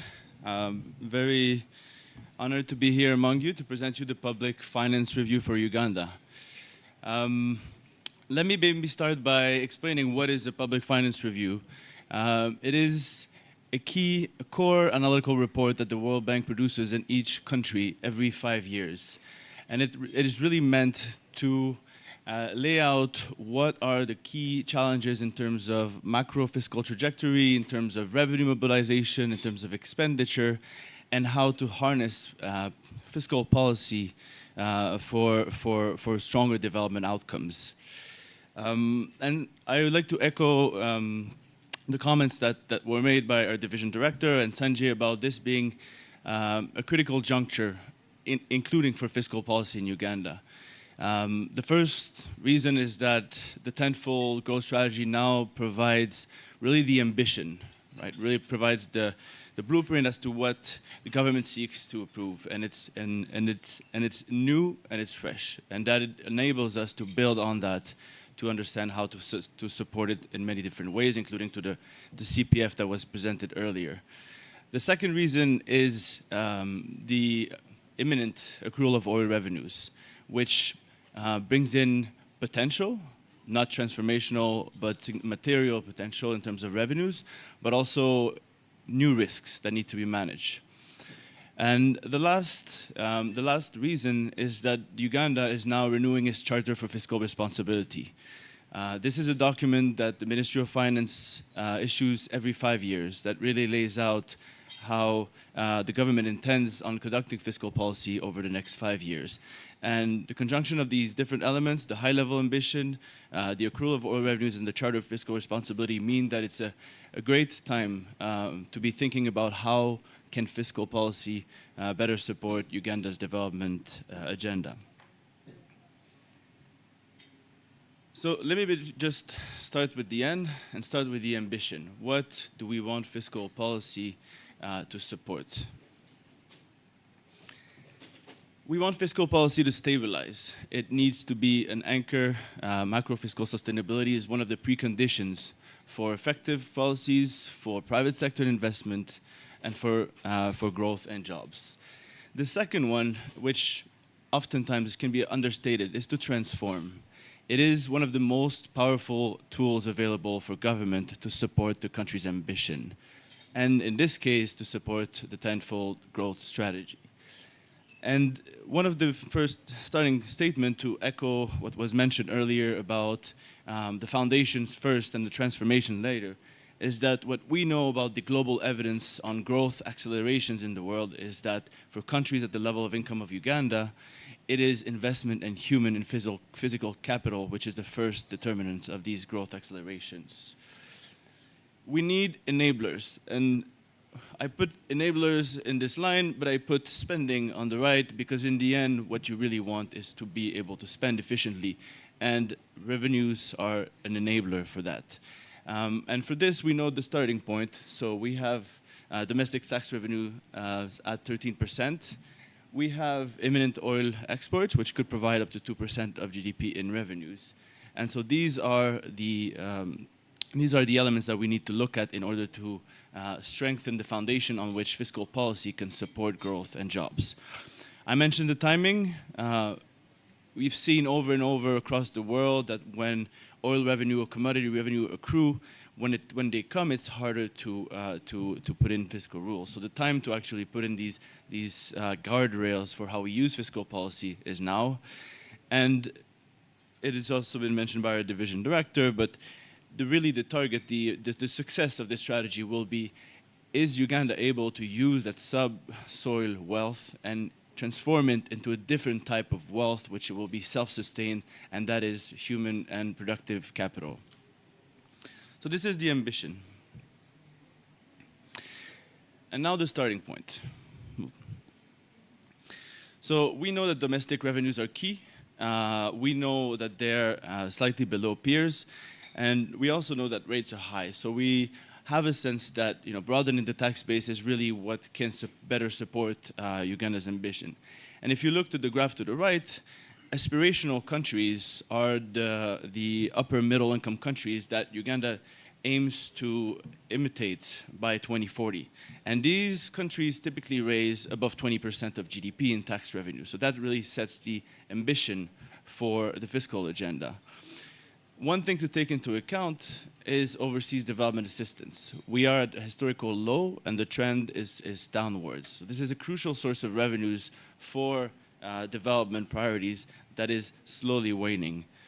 Now we have oil revenues on the positive side, and there the ambition to transform this wealth into sustained wealth means that it needs to be used in a specific way. It can't be used to inflate recurrent spending, for instance, because when it wanes, then this spending will remain. It needs to be used to support infrastructure ambitions, and it also needs to be used to reduce non-concessional borrowing. We're going to talk about this for a second.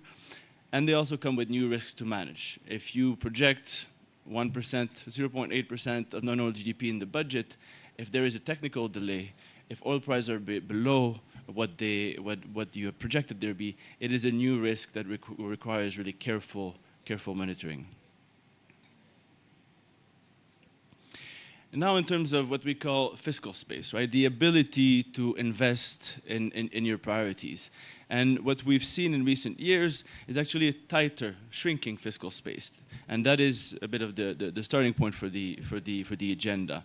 One of the root causes has been recurrent supplementary budgets, which have typically increased spending throughout the year. By last 3 years was 10%, 18%, 19% increase in expenditure. Now that's the first part. The second part is the financing of that expenditure. And what has happened is that to be able to finance that additional spending, there has been a lot more recourse to domestic financing, which is extremely expensive. So what you see in the second chart is interest payments, right? So debt service. And maybe the key data point from this one is debt service as a percentage of tax revenues was 28% at the end of last fiscal year. It is now about a third, which means that 1/3 of tax revenues collected are used to pay for debt service, which is something that needs to be addressed forcefully in a fiscal strategy. And then because the nature of the expenditure is also more rigid, you cannot easily reduce debt service. It means that the fiscal deficits have have grown, right? And so we've seen phases of increase in spending followed by fiscal consolidation, but on average, the fiscal deficit has been growing. And so that is a concern that we want the public finance review to help address. Now, maybe to the most important parts. How is the budget currently or in recent years has been supporting development priorities? And the trend that we've observed is that this debt service dynamic that I mentioned in the previous slide is crowding out development priorities. So you have in FY25 that you have roughly equal debt service, capital expenditure, and human capital spending. In FY26, the interest payments are now above both categories. And what you have on the right is the infrastructure spending, right? The capital spending. And you can see that as a share of GDP, we've seen it decrease. And that means less investments in transport, less investments in other development priorities, including on health and education.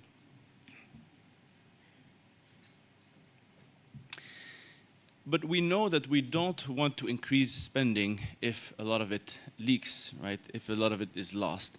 So one of the key focus of the PFR and the fiscal strategy has to be to address inefficiencies, and so in public spending. And so the public finance review goes at great length into understanding what are the sources of inefficiencies in public spending and how to address them.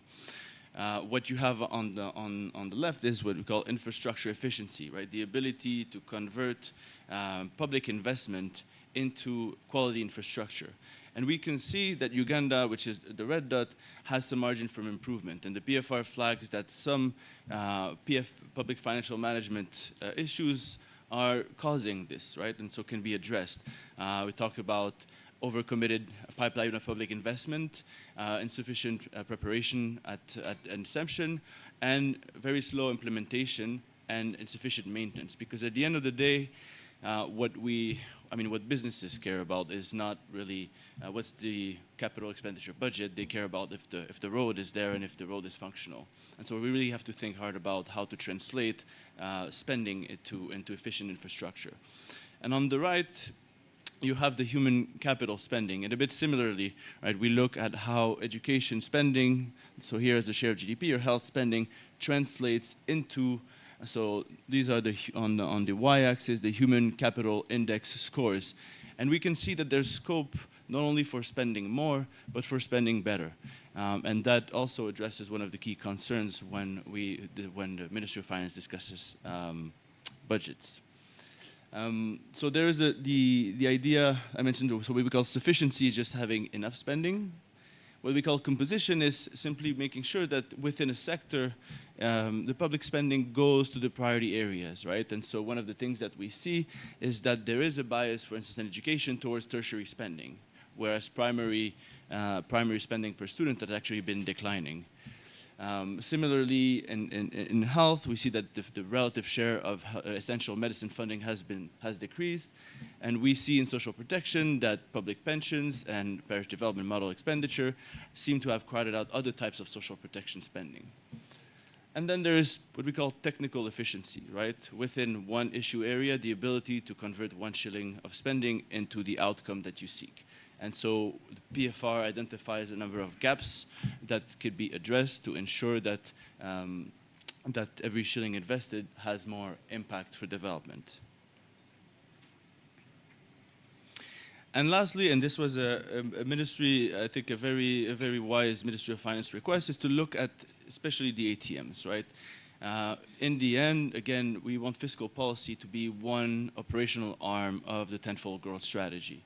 And so what we have seen in recent years in terms of the expenditure in those sectors is that it's increased. But the nature has changed. So you can see on the left-hand side that this is the sum of the spending in the NTM sectors. Their budget share has increased, their GDP share has increased. What the graph doesn't show is that this increase has been led by different factors. So for instance, the PDM spending is a full 1 trillion in the graph. Then you can see the oil and gas spending increasing quite largely in FY 23-24. UNOC capitalization drives some of these. And in STI, for instance, we know that a lot of them are equity investment, for instance, for the government. And if we look specifically at the agricultural sector, we see that spending has increased regardless of this, even without the PDM. But what we see is that if you abstract from external financing, domestic public spending in real terms for agriculture has actually been declining. And so that is one key area of focus, is to use this diagnostic to then realign fiscal policy, or align fiscal policy, because the tenfold growth strategy is relatively new, but align fiscal policy with the tenfold growth strategy. And so what you have on the right is what we call a public goods gap, which was mentioned earlier. When we spend more transferring funds to firms, for instance, through UDC, or the Uganda Development Corporation, or the STI Secretariat, or the Parish Development Model, these are private goods. They benefit the people who receive them mostly. But what drives growth is not only, but mostly, is the public goods in these sectors. So if this comes at the expense of reducing investment in agricultural research, in feeder road, or in the geological data needed for firms to invest in the extractive sectors, then it can be counterproductive. And this is a shift that you see quite starkly in the recent 3 years that gives quite a bit to think about as well.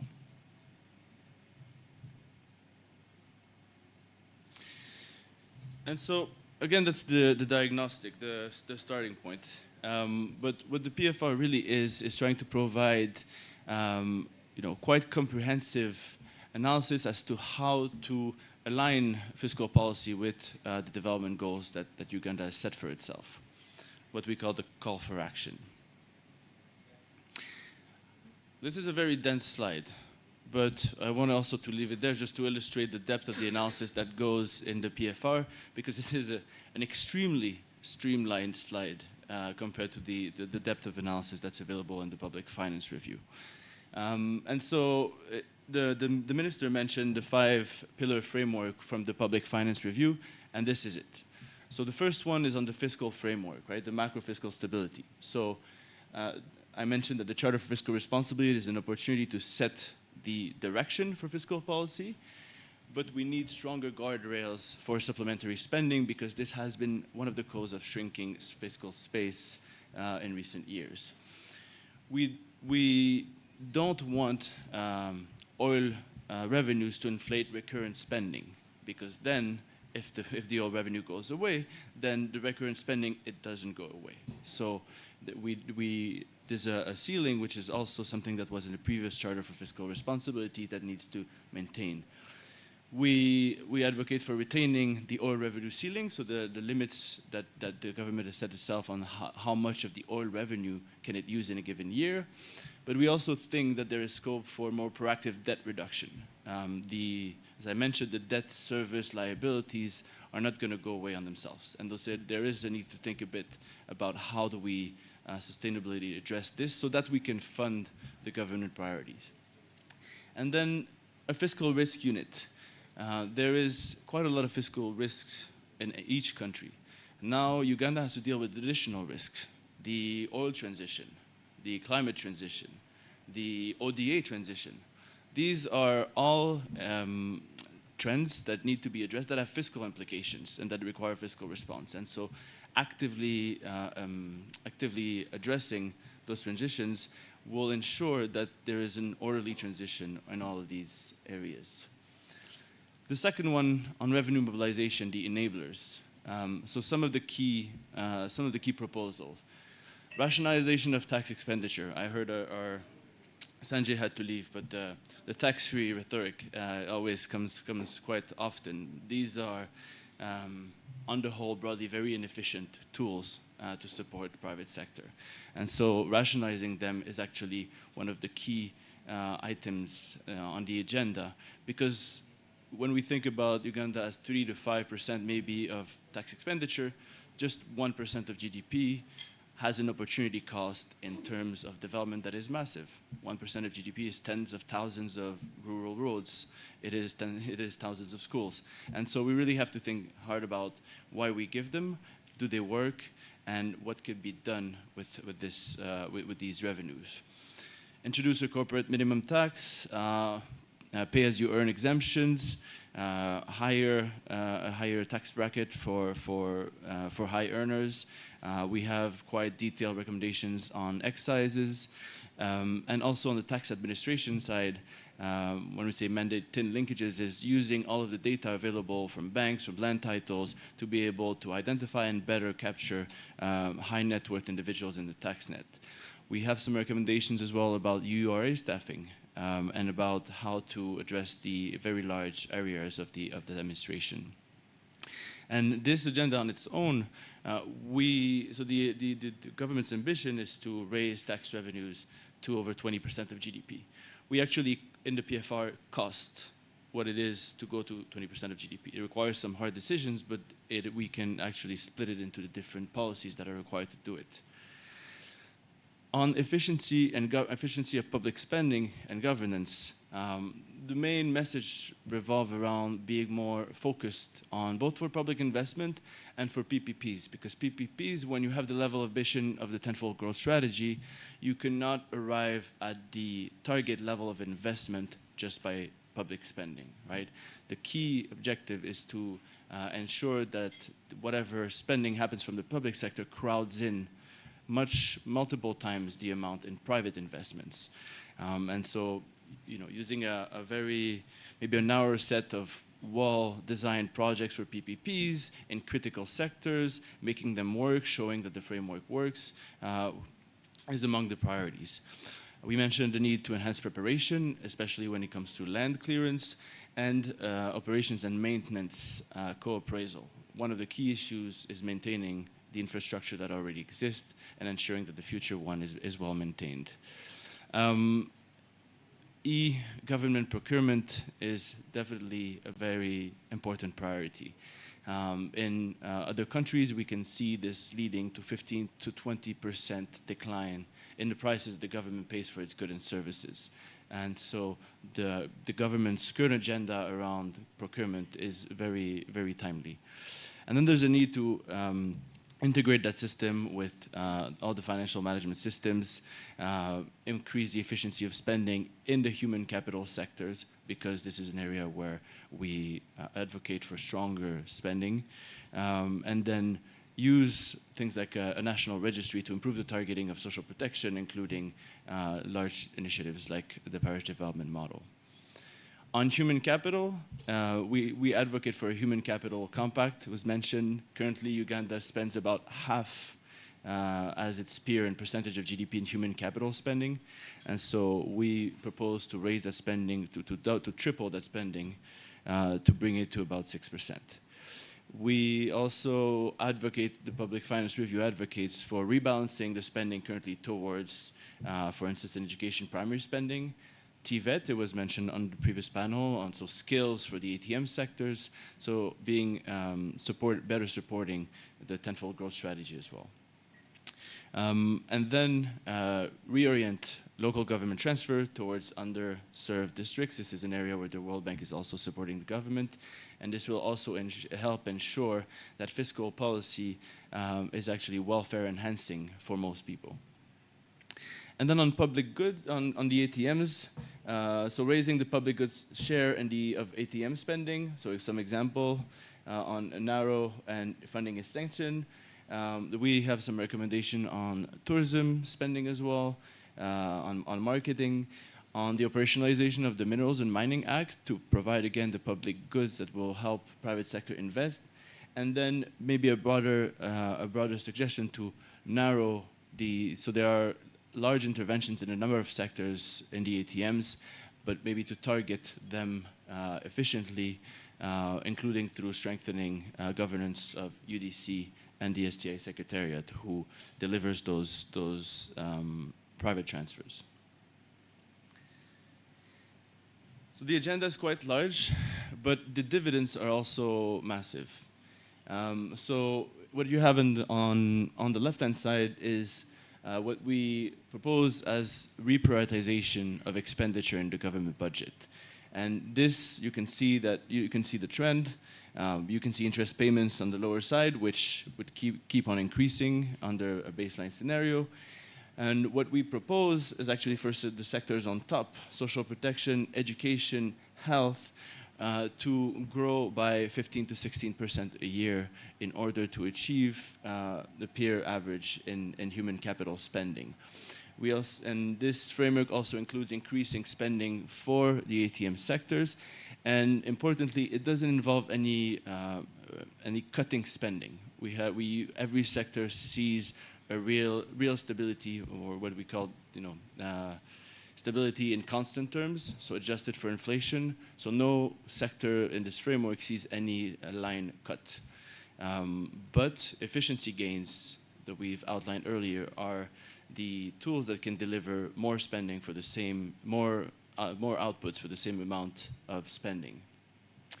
And when we modeled the effect that the different sets of interventions could have on growth and on job creation, which is the middle one. And so agricultural productivity, the blue portion, so you can see that on the whole in 10 years, or a bit less than 10 years, GDP could be up to 8% higher than under the baseline of no fiscal strategy implemented. And a large share of these dividends come from agricultural productivity. When over 2/3 of your population is engaged in agricultural productivity, the gains on what we call, it's macro critical, right? Any incremental gains can deliver actually quite large efficiency gains. We have modeled also the increase in investment that would be enabled by the additional tax revenues and investment efficiency. And these are the second contributor at that point. But the last one maybe to emphasize, which our directors also emphasized in his opening remarks, is the human capital spending. It is currently, maybe about a third, or at least the third largest contributor. But the difference is that these gains accrue very gradually. So in 2040, the human capital investment of today is actually the key driver of growth in this framework, because whatever you invest in education now only has effect for one cohort next year and 2 cohorts the following year. And so the improvements in human capital will materialize gradually, but will be significantly more sustained than the rest. And then it is also a framework that tries to deliver on growth and on jobs, but also deliver on fiscal stability. Because we've seen several examples in the region where fiscal sustainability has actually at some point become a problem to the extent that it would constrain the government in its inability to support growth. And so what you see on the right-hand side is the trajectory of public debt.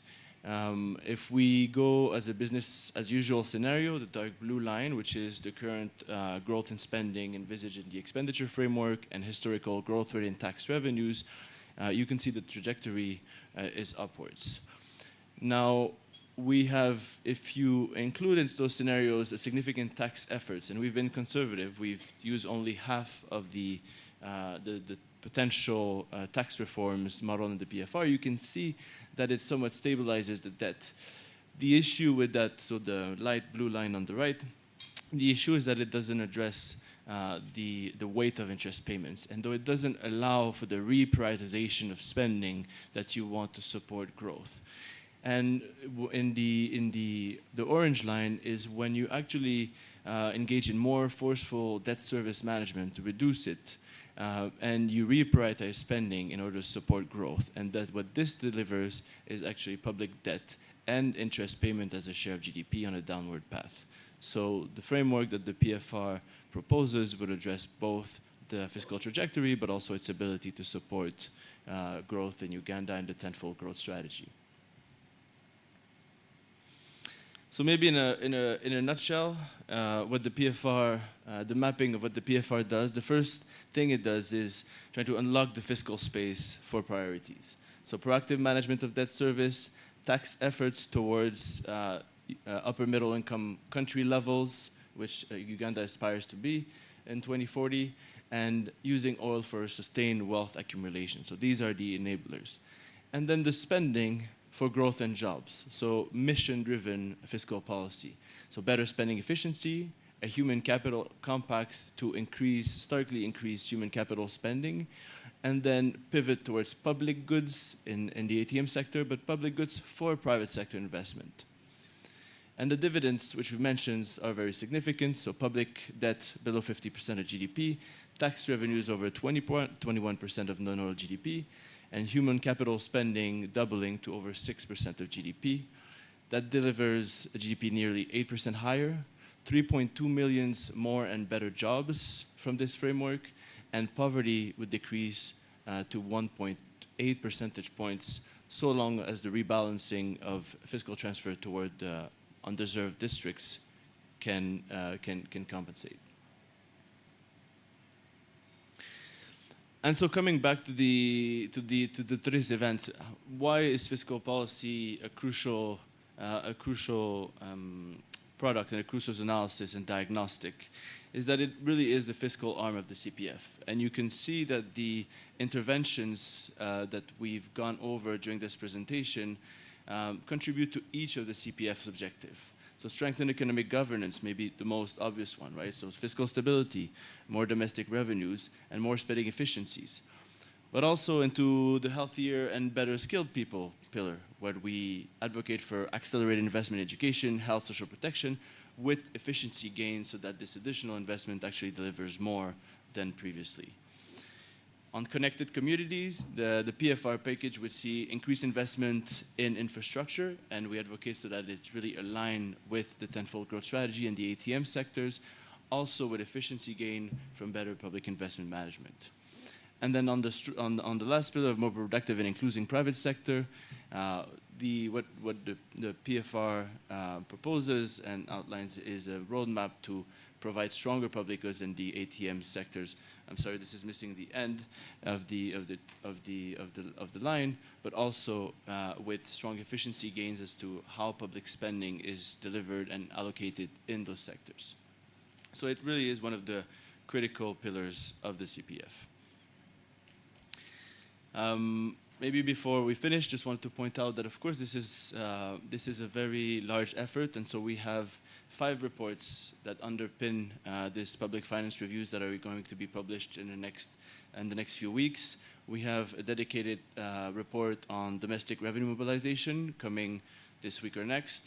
We have a report entitled Identified Opportunities to Improve Public Investment Management, which colleague Barbara here is leading, which should be published in the next couple of weeks. Because the human capital agenda is so at the core of the PFR recommendations, we've also had colleagues in education teams, health team, and social protection teams actually conduct full public expenditure review to identify how would increased allocation in those sectors, how can they translate into greater outcomes. And so you would have 3 reports on education, health, and social protection also published shortly. This is also to give you a bit of an idea of the breadth of the depth of the analysis. I'm using the opportunity to thank all the World Bank colleagues that have contributed to this. And I'll also maybe end by thanking the Ministry of Finance, with whom we've interacted on this public finance review since the very beginning. We hope it's useful. We hope it can help guide efforts. And the World Bank is, of course, we are committed to supporting the government in implementing those recommendations. Thank you. The report is online as of this morning, so we encourage you all to go and visit and learn more. And we look forward to everybody's feedback. Thank you.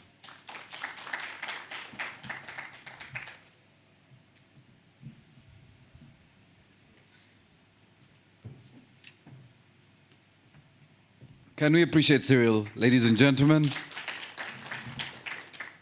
That was very comprehensive. And there were at least 70 people online during your presentation who were specifically looking for the report, and the report is available. What we'll then do, maybe for the digital team in the room, is post the report again in the platform, because majority of the online audience was asking for the report. So this should inform the discussion we are going to have next.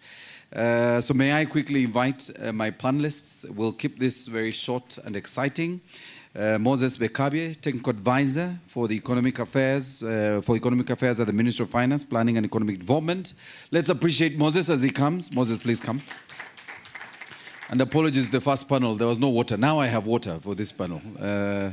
Maybe that was to make sure your statements are shorter. Then may I also invite our dear friend, Stephen Asimwe, the Chief Executive Officer of the Private Sector Foundation Uganda. Warmly welcome him, ladies and gentlemen.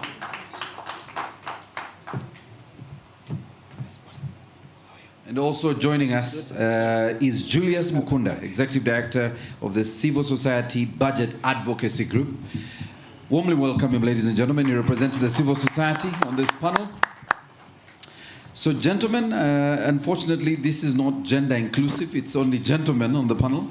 But we'll ensure that it's inclusive during the discussions. I'll make sure we'll find a way of making this happen. So to you, Moses, let's kick this off. And since we're talking public finance, and you sit at the fiscal end of this conversation, so let's talk about interest payments. And this stood out quite a bit. And the interest out there is that our public debt now exceeds what the country spends on education and health combined. Again, that speaks to human capital development. What steps is your ministry taking to strengthen fiscal sustainability? And how is it ensuring that the opportunities ahead translate into better outcomes for Ugandans? I know it's quite a huge question, but you've done this before. You will find a way of summarizing this. Thank you so much. I'm going to answer this, thank you very much. I'm going to answer this in the context of the tenfold growth strategy. And first and foremost, the way we are going to be able to have fiscal sustainability is to grow the economy, first and foremost.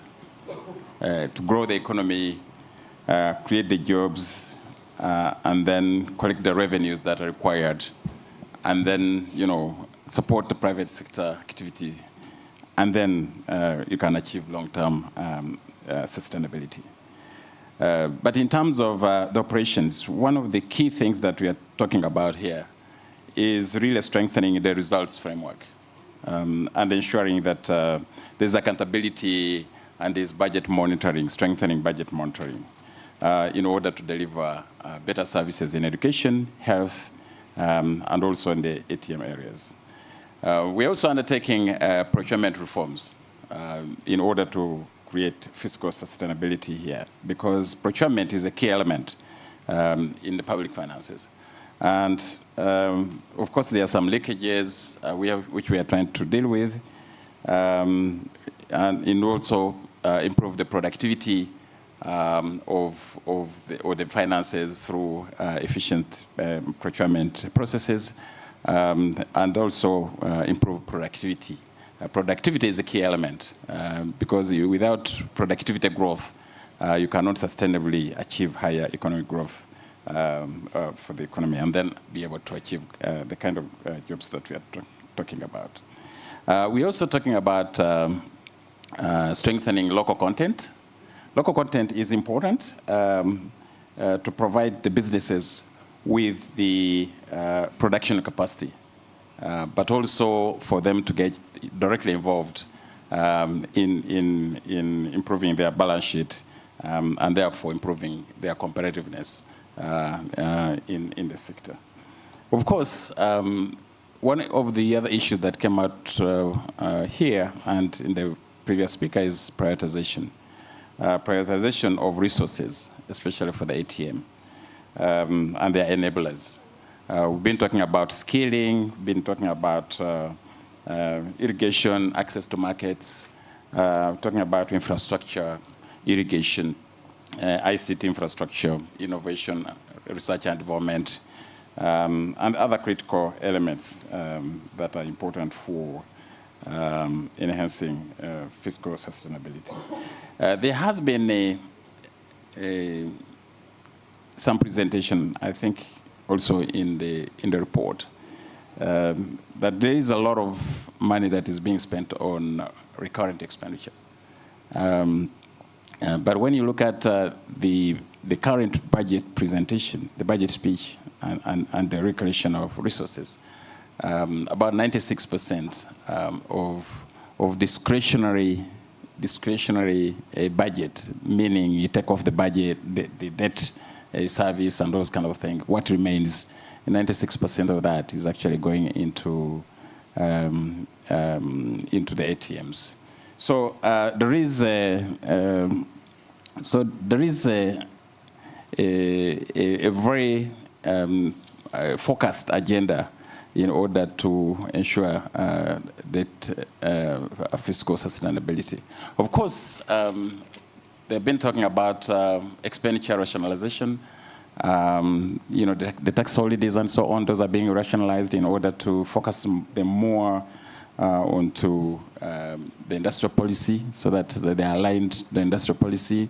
We're talking about the fiscal consolidation, meaning improving domestic revenue mobilization. We have a domestic revenue mobilization strategy 2, which aims to improve domestic revenue from the current 13% of GDP to about 20% over the next 5 years. Of course, within this agenda, we're talking about improving formalization of businesses and also reducing the tax burden by improving compliance, because most of the people here, about 40%, pay their taxes. A number of them, they don't actually pay. So we are talking about an improved, tax fairness in tax reforms. So in terms of reducing fiscal risks, we're also looking at reducing supplementary budgets. And this means that we have to make sure that there's budget allocation efficiency. We deal with the budget games where monies are not allocated where they should be making high impact, but in other areas which have less priority. We are talking about dealing with that, and there are specific measures to deal with that. Because of the debt burden that you're talking about, we're also looking at strengthening non-debt financing structures. For instance, things to do with the PPPs. Of course, we need reforms in the PPP area in order to be able to deliver efficiently. But also in terms of project finance, we are talking of corporate debt, where those corporate entities that are generating income can be able to borrow and finance themselves off the balance sheet of the central government. So those are some of the key things that we are talking about. So in terms of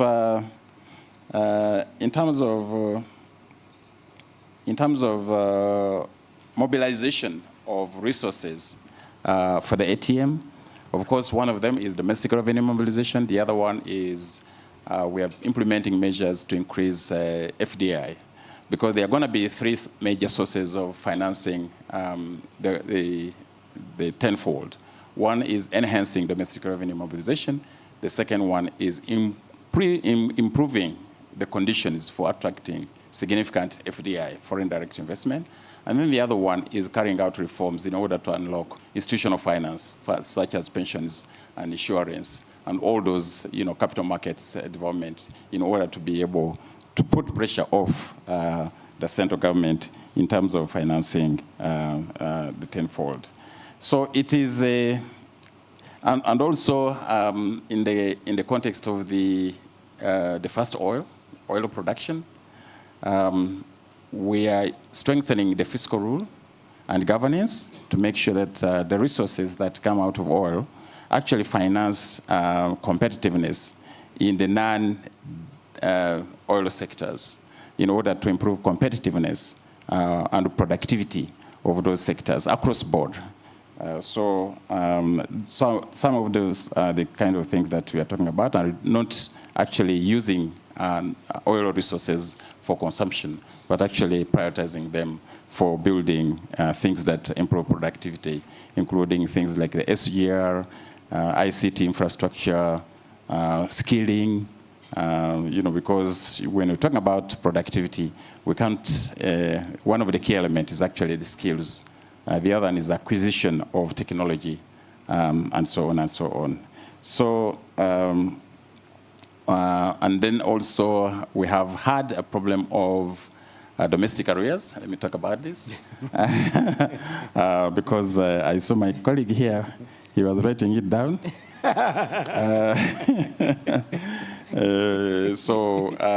This year, so far, this financial year, which is closing, we provided arrears in the budget, clearance of arrears for 1.4 billion.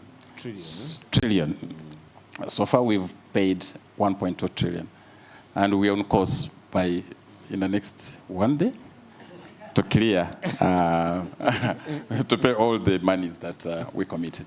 So we think that it's very important that in order to open up the fiscal space for the private sector, to ensure that we pay domestic arrears and to prevent them from accumulating by strengthening the commitment control systems and also improving public finance management. Thank you. Thank you. Can we appreciate Moses, ladies and gentlemen? That was very comprehensive. And so let me quickly move to the private sector. And Stephen, he's laid out the fundamentals for the conversation. But when we speak to private investment that is central to Uganda achieving growth and job creation that it needs, what are the most significant factors currently shaping private sector confidence here in Uganda?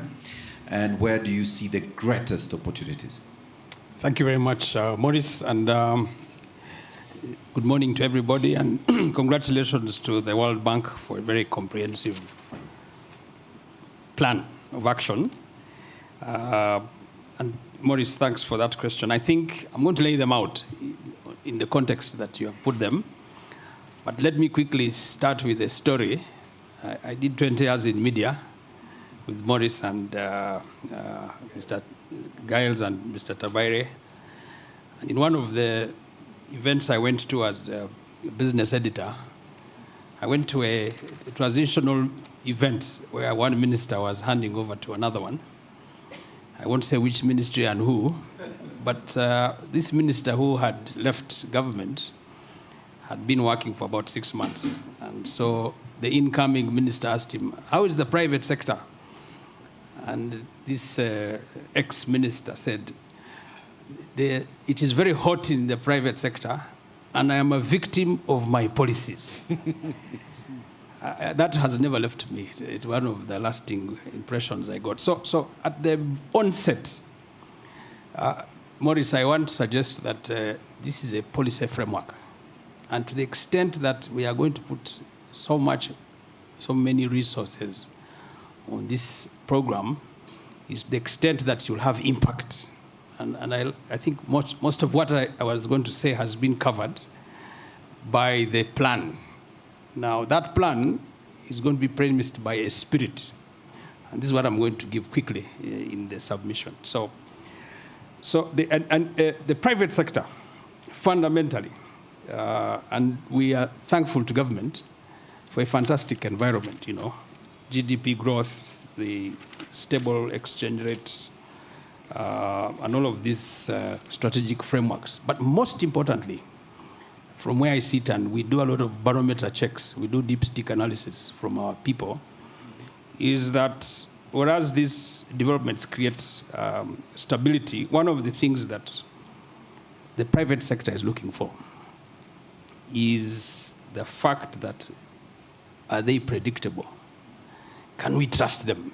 Because one moment we give them, the next moment we are shifting some goalposts. So the private sector is looking for confidence, stability, but most importantly, predictability. Because when an investor comes, he comes with a 5-year plan. Now, midway, if there are any short changes, especially if they're internal, external, of course, are difficult, Strait of Hormuz or Ukraine or whatever, that's a bit of another discussion. But how stable, confident is that environment, those policies? And I'll come to that in a second. So, number 2, businesses look at stability at the enterprise level. the enterprise is the single most important cellular element in the framework of the private sector. We start with the business, we go to the bigger association, we look at the private sector and the economy. So to the extent that that investment decision must be made at the enabling environment. I'll come to that. Now, that is determined by a number of factors. Number one is the cost of doing business. If my costs of doing a business at the cellular level are very turbulent, it's going to be very difficult. And what are those elements that create that confidence that we're looking for? Number one is the cost of finance. And I think that has been talked to about. Finance is still a challenge. Cost of doing business is largely about financing. Do you have access to fast access? 2 is the cost. And 3 is it patient? Now remember that a lot of the businesses that come from outside have been financed by really very good instruments. And we are competing against an external investor sometimes who has easy access to money and cheaper access to money. So that is something we are going to look at. And I would suggest that the World Bank looks at that with the government. Number 2, logistics, transport. The cost of moving a container from one part of the country to another one, the cost of the infrastructure elements are very, very expensive. So sometimes investors prefer to invest in another environment where that cost is really minimized. 3, power, energy, cost of electricity, very, very important. The other element that is very, very important, and I think that this document needs to look at, is the multiple taxes and regulatory fees. An industry like the tourism sector, where I worked for 5 years at the Uganda Tourism Board, has 26 taxes. So if I'm going to invest in a tourism business with my neighbors, with whom we have even better experiential products, I'm actually on the disadvantage. Flying between, for example, here to Kidepo, which is, in my view, is one of the best parks in the world, is about $500. It's a domestic flight. Coupled on that lodge, which is attracting the same product in Serengeti or Masai Mara, has got to pay taxes for 26 elements. That is not competition. And I think we need to address that at the policy level, urgently. 3 or 4, if you like, domestic areas. You have talked about it. Thank you very much. But please honor. And then, of course, issues like compliance costs. We have now got this thing called digital tax, this one here. The cost of this digital stamp in Uganda is invariably more expensive than in another country. Now, if an investor is coming, these are costs they look at: water, transport, access to finance. Digital tax stamp, this is per unit. If I'm going to produce 1 million bottles in Uganda, you actually find it is much cheaper to produce the water in another country and export here and still have your margins. So those for us are very, very important issues. So reducing costs for the private sector remains the single biggest opportunity to unlock private investment, both domestic and foreign. And I think those are critical. So I talked about predictability. Are you predictable in terms of investing in this country? Or even both the domestic and foreign. So in our view, we want a predictable regulatory and tax environment that allows businesses to plan long-term. This is a long-term plan, 10 years. Even the ATMs, it's a 10-year thing, or 20 if you like. So how those indicators are very, very important. And then, of course, let me give some depth on this one, access to long-term finance. And here we're talking about, can we have a basket of funds that give you patient capital, 3 to 5 years? Again, I will borrow from tourism, which I'm more familiar with. In Kenya, they have something called the TDF, the Tourism Development Fund. The TDF requires that they give you 3 years of a grace period. You get the instrument at a very, very low rate. It's like a development fund for tourism. What that has essentially done overnight is it has capitulated the investment at the cellular level, at county level. So for example, if we had that facility here, Maurice, essentially you would have so many lodges and accommodation facilities at the lowest level. And Uganda has 10 national parks, 12 game reserves, the best of everything. What you're seeing right now is the investment is largely at the center, which is Kampala and Entebbe, a bit of the axis in Jinja, and a few dotted lines in Murchison and Bwindi. But that is still giving our neighbors an edge by private sector investment. So I think we need to interrogate sector by sector. The other one, of course, is the oil and gas. I think that one has been talked about. But more importantly, we need to look at issues to do with local content and the supply chains. I think it's still skewed to foreign companies, and that one is also probably a problem with the private sector, because a lot of it is informal. How do we formalize these places? But more importantly, to help on the transport, manufacturing, and I'm glad that you've mentioned professional services. So agriculture, which is we see the biggest opportunities, 67% of the country is in that area. I like the fact that you're working on agro-processing. We need to look at mechanization, export value chains. But for me, I am a farmer. And I think I am a small farmer. I grow coffee. Right now, we are going through a drought. The one single biggest denominator is access to water. Fortunately, I have invested in a small irrigation facility. I've been forced to support my neighbors on that process. I see myself as a prototype of pushing irrigation to the micro level, where you create a small nucleus of places that have water, and then you are able to supply a certain radius within that framework. What has happened? In the framework that I am operating in, myself and my neighbors have the highest productivity. But that's my investment as Stephen Asibwe. And that's because I have slightly more resources than my neighbors. And that brings me to the question, when we are doing this investment, is it possible, and I'd like to approach this at the local government level. I want this document shared at the local government level, at the districts, because that's where the action is. That is where the biggest population and biggest productivity of this country is based. And so therefore, I think that is an area we need to look at. And then finally, I know time is not our friend, is the element of governance. At PSFU, we have decided to put governance at the base of what we do. We have a program called SG+. Skills, which have been talked about, governance. The plus is about integrity. That integrity should inform, and this one I'll talk to the private sector. The private sector should look at itself introspectively, because here is a very good framework. But can we put to account ourselves and the people we deal with to interrogate these resources that are coming down to the cellular level to ensure that they do what they have been meant to do? I like the fact that you are spending more, but most importantly, one of the presenters said, spending better. And spending better is a governance issue.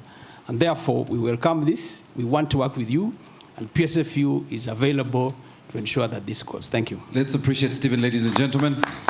And I like where you've ended, because that's where my next question to Julius stands, is the perception on corruption. So the Afrobarometer, which Stephen spoke to, has indicated that Ugandans have a willingness to actually pay tax if they know where the money is being spent or how it's being spent, if there's a bit of efficiency. And again, speaking to the perception on corruption that remains high, we're wondering, you have feelers on the ground with your engagements in the community. How do citizens think about this relationship between taxation and public service? Yes, thanks so much, Maurice, and thanks World Bank for these two wonderful reports. I think probably one element I need to just quickly bring out is that at least for the last 15 years of our work on PFM.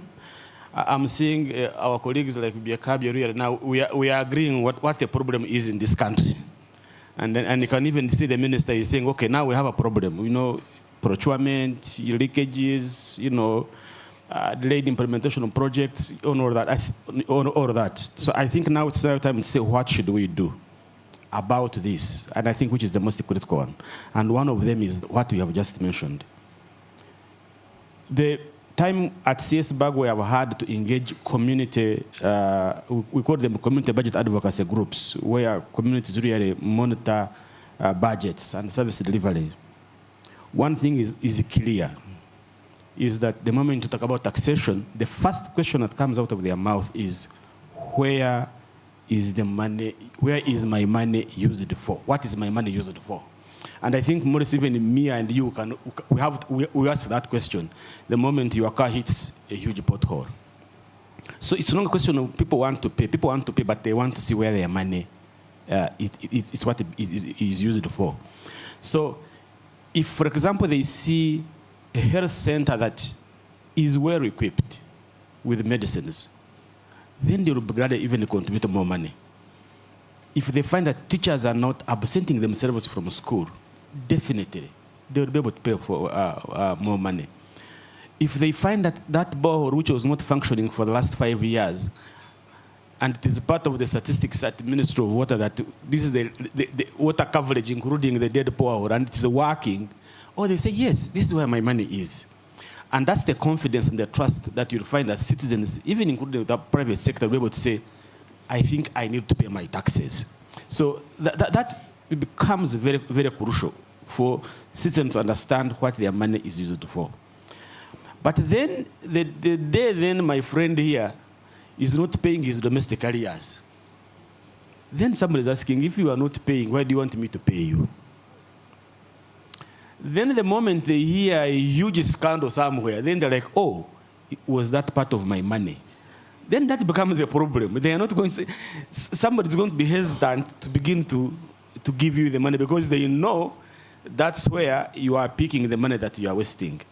So I'm glad that now I'm hearing our colleagues in finance. They are saying, okay, we have heard you. One of the things we're going to do is let us see how we can deal with the cost and the quality of service delivery in the country. And I think for me that's a very good indicator because we know that the minister himself has said we need to deal with procurement. Because if you see the Auditor General's report has come up and said the same desk that the different departments buy, the same desk and chair, in one department it is going to cost 4 million, in another department it's going to cost 7.7 million. Same desk. And we are saying that's a huge leakage. And now we are saying, oh, let's deal with procurement reforms. And I think for me, that's classic. The second thing which government is saying is that, okay, let's stop these budget games. And now they have introduced what they call the Budget and Accountability Charter. No, we will want for that because that's where the fiscal discipline starts from, especially on domestic areas, where you find accounting officers committing government agencies even when they don't have money. They don't want to pay counterpart funding for projects, and projects end up getting delayed. So all that. So we want to monitor that and see whether that action is going to be there. But also, I think the other part is to say fiscal discipline, and I'm glad that we want to look at supplementary budget. We've talked about this for quite some time. Citizens want to see these actions taking place so that it can be predictable, and that's what Asimo talked about. Because if you really put money into the budget and down the road that money is cut because there is a new spending pressure, that sort of thing really does not offer the right signals. Finally, for me, citizens will be able to really comply on taxation if they can see initiatives that is going to help them actually earn an extra coin. And that for me is in terms of marketing. When I see the amount of production that is happening in PDM, if we do not design a strategy, one, to uptake, this production, add value to it, and sell it, then it is going to be a very big betrayal in terms of how citizens see how their budgets is being utilized. Because many people really, without markets, that becomes a disincentive. But if there's already a market, if they say today, Morris, me and they say there is a market for stones, we will remove these coats and ties and go and start trading in stones. Once there is a guaranteed market, and I would like the World Bank to look at that how do we really secure markets? Just even for that one banana, not only for that one bunch of banana, but for also the big, in the bigger quantities. So if we can have, I mean, I was talking to Team Propose, they said they are starting a platform, an e-commerce platform. I don't care, Jim, I don't care whether we give them the money to expand that, because citizens really, in their small ways, are trying to look for markets to sell whatever products that they have. So yes, we need to see where our money is going, and we can even pay more taxes. Thank you. Thank you, Julius. Can we appreciate Julius, ladies and gentlemen? I want to open this up, and I also want to invite the online team. I've seen a question here, which I'll pose to Moses. In case there's a quick question in the audience, feel free to ask. Moses, Mohatia asks, he spoke to the CPF, but this still can also fall under the Public Finance Review. How do you bridge, how does both the PFR and CPF bridge the energy and agriculture sectors to boost crop yields, which speaks to the issue Stephen was talking about on irrigation, and what specific plans link solar irrigation and localized agro-processing hubs to promote productive energy use? Energy use? Yes. Or even promote productivity. Productivity. Yeah. Okay. Okay. I think let me talk about this in the context of the production, productivity, and access to markets ecosystem, where irrigation is a critical element in improving productivity, both production, and as he has mentioned, and also productivity. So when you're looking at productivity and you're looking at the enablers, electricity is one of the key enablers. And that's why we have a plan or an ambition, which His Excellency the President is spearheading, of having nuclear energy. Because we cannot have enough energy by just hydro, solar, or whatever. And that's why we are talking about nuclear energy. Of course, it's long coming, but it will come. And that will be important in empowering the irrigation systems that we are talking about across the country. Because irrigation is a key enabler, is a key element in improving productivity. So, but there are also other things that we need to talk about in terms of production and also productivity. Land use policies, for instance.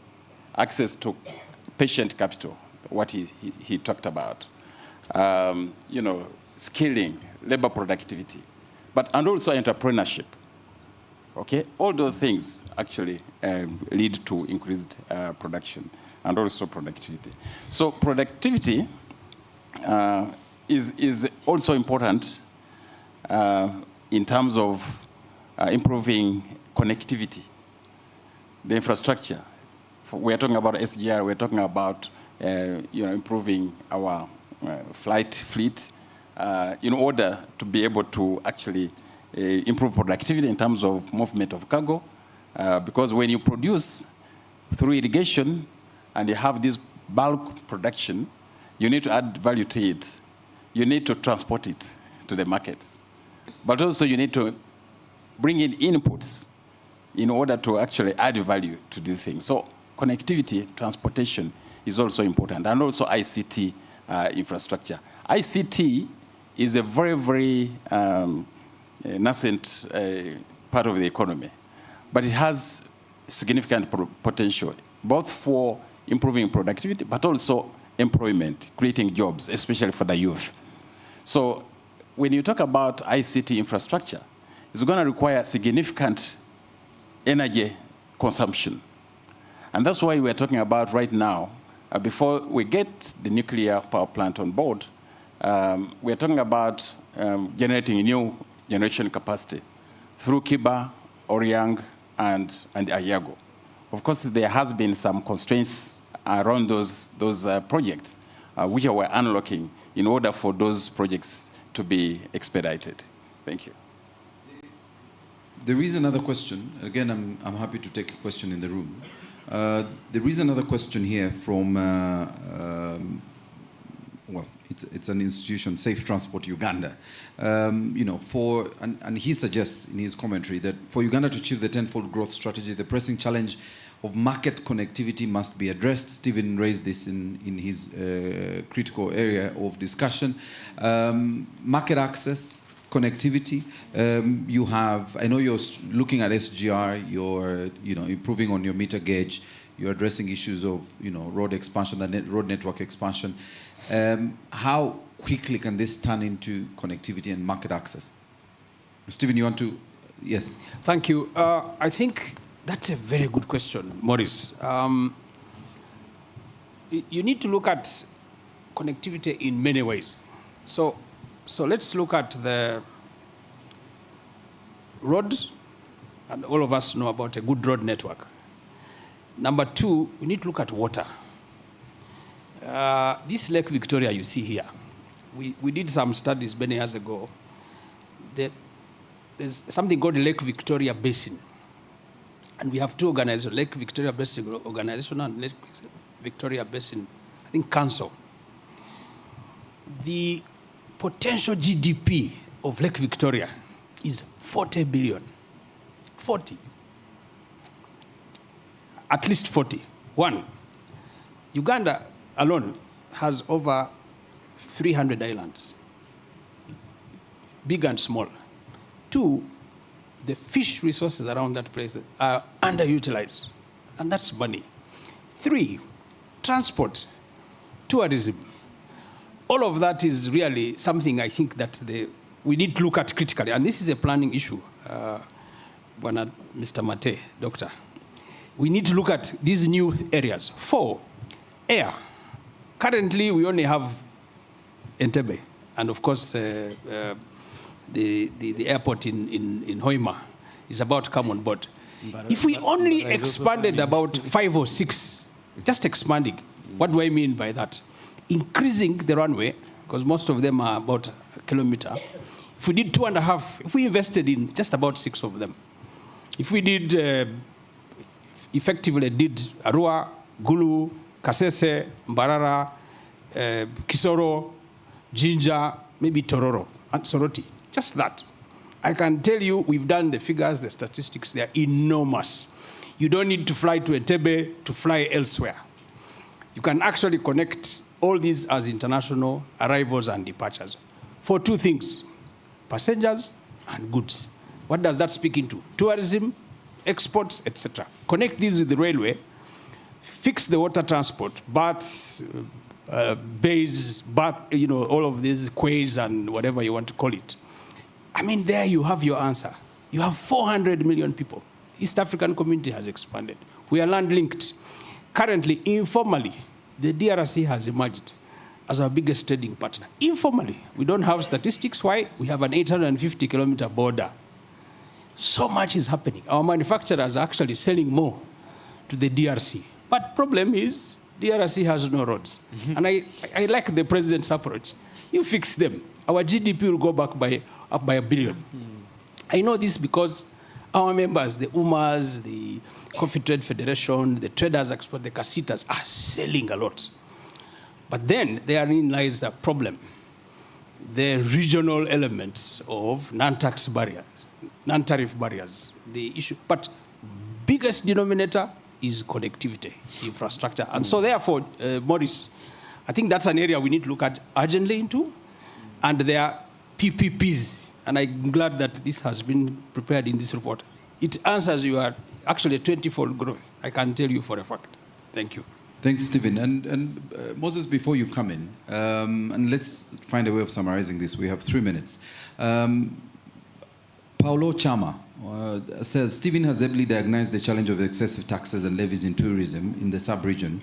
What concrete steps are being taken to respond? We risk being accused of only lamenting and no action.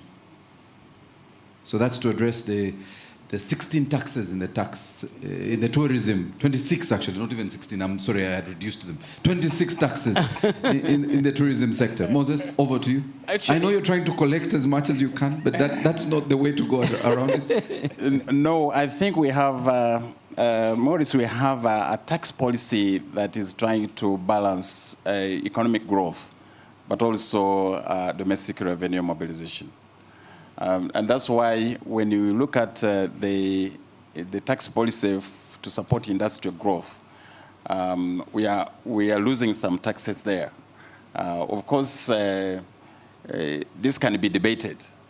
Some people say, well, you're giving away money. Others are saying it's not going to be effective.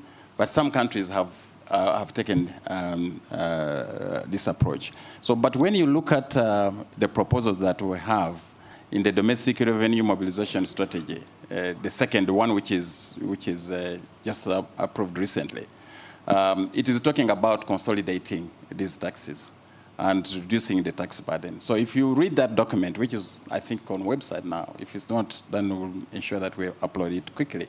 It's addressing that issue. But I wanted to go back to the issue of access to markets, especially in the region that you're talking about before. Because, this is an issue in the ecosystem that I started with, the production, productivity, and access to markets, which is really going to be the guide for resource mobilization and resource allocation. You're talking about things like facilitating storage facilities, improving road infrastructure in the region, not just within Uganda, because we are trying to help infrastructure development in the DRC, but also in South Sudan. We are talking about automation of the trade systems in order to make them more efficient. Through commercial, economic and commercial diplomacy, there has been a lot of progress made, because you asked how quickly can this one be turned around. And all these things are actually bringing in a lot of benefit right now. When you look at the tourism receipts that we're getting, we're looking at the exports and also the opportunities, investment opportunities, bringing in FDI is actually significant. So the digitization and automation of this export infrastructure is also going to be critical. So, so in terms of the question you asked, how quickly? These things are already happening. The SGR is happening. Within 4 years, we think we can get it up and running. But we also are exploiting the trade integration opportunities, ESC, COMESA, the African Intercontinental Free Trade Area, and so on and so forth. So these things are actually ongoing. We just need to accelerate them. Thank you. All right. And quickly, in a minute, aligning your annual budget decisions with your long-term growth. And I know we're at NDP for now. And of course, the issue of job priorities. What role do you see the development partners and the private sector playing to support your efforts? I think this is also already happening, because, for instance, the World Bank is helping the government in ensuring project readiness. I think it's also supporting a project preparation fund under the NDPA in order to ensure that projects that enter the public investment program are actually, or seeking financing, are actually ready. And that has been one of the reasons why our public investment projects have been getting either negative return or very low return. And that's being addressed. Also providing concessional financing. The World Bank, of course, we had the hiccups around homosexuality and all those kind of things, but the World Bank has come back in a very big way, and the IMF. The IMF, 2 years back, they gave us 1 billion interest-free money. And we're working out another program, which will also give in concessional financing. So the World Bank and our multilateral or development partners can actually provide affordable financing long-term financing, and also provide guarantees and to de-risk private investment.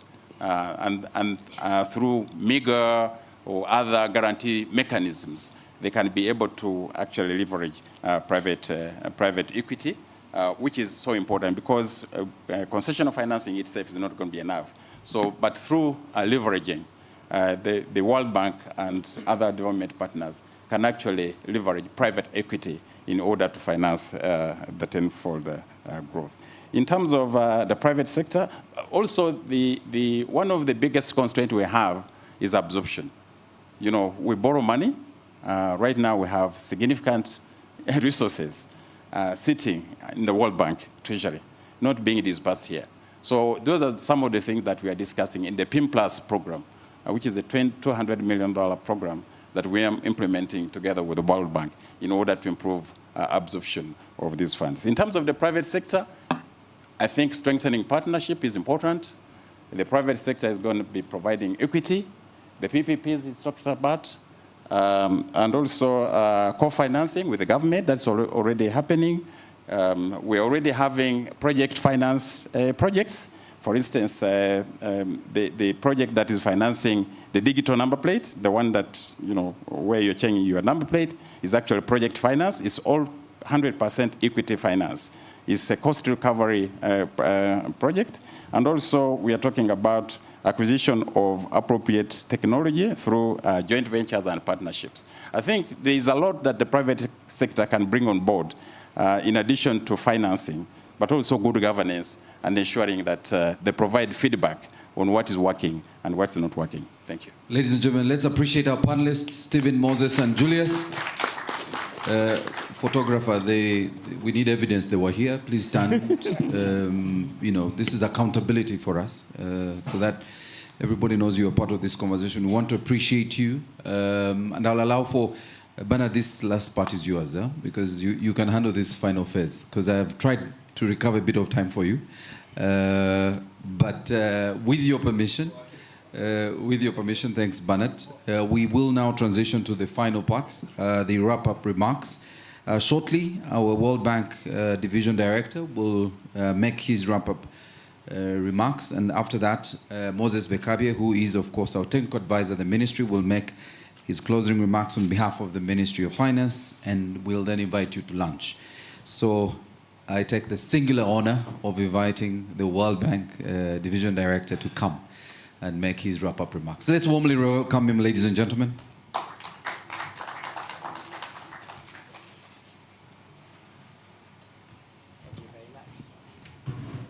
Thank you very much. This has been a very, very rich discussion, so I'm not going to try to summarize everything. What I will do is saw me busy taking notes, and really just for me to thank you all for your participation today, but also for all your support and the input that you've provided throughout the preparation of both the country partnership framework and the public finance review. Thank you. As we said at the beginning, Uganda is at a defining moment, and with this development, and I think the biggest challenge that the country is facing is really about how to create more and better jobs. And I think we also know that the government answer to this challenge is the implementation of the tenfold growth strategy, which I right kind of objectives. But to grow the economy from its current around $63 billion a year to about $600 billion in about 15 years requires an average GDP growth rate of, in real terms, of about 10% a year. That compares with the average growth rate of about just under 5% in the last decade. Well, that means that growth rate will need to more than double every year for for the next 14, 15 years. That is extremely ambitious, but it's not impossible. It is possible, but it requires also a huge transformation of both public policies and public investments. And that growth, it's also only going to come from the private sector.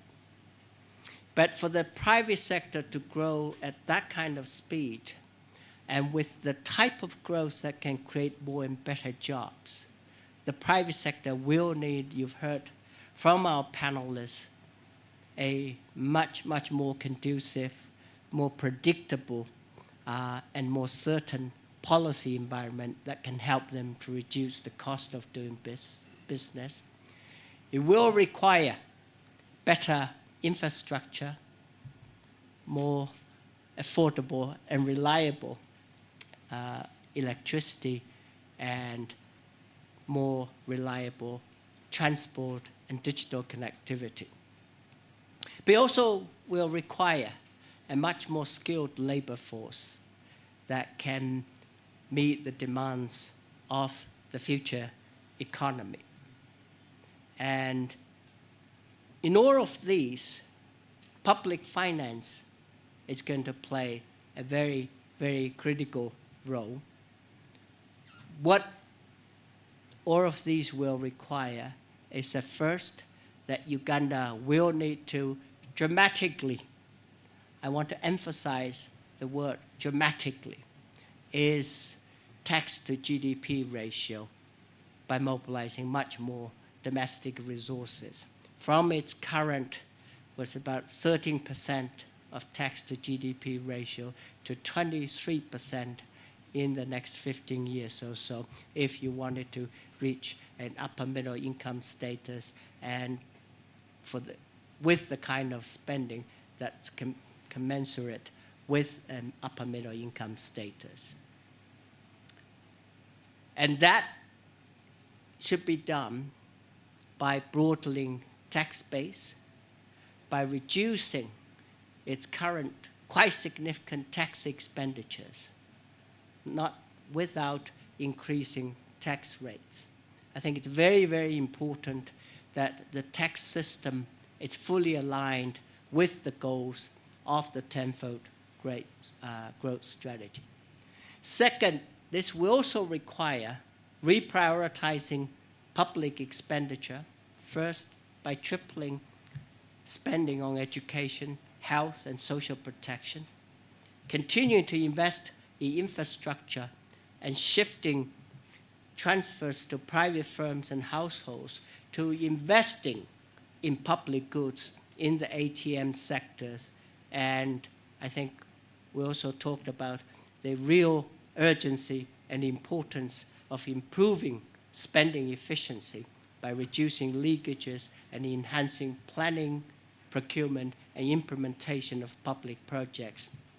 We also require, particularly at this time, prudent management of the potential oil revenue that's going to come on stream.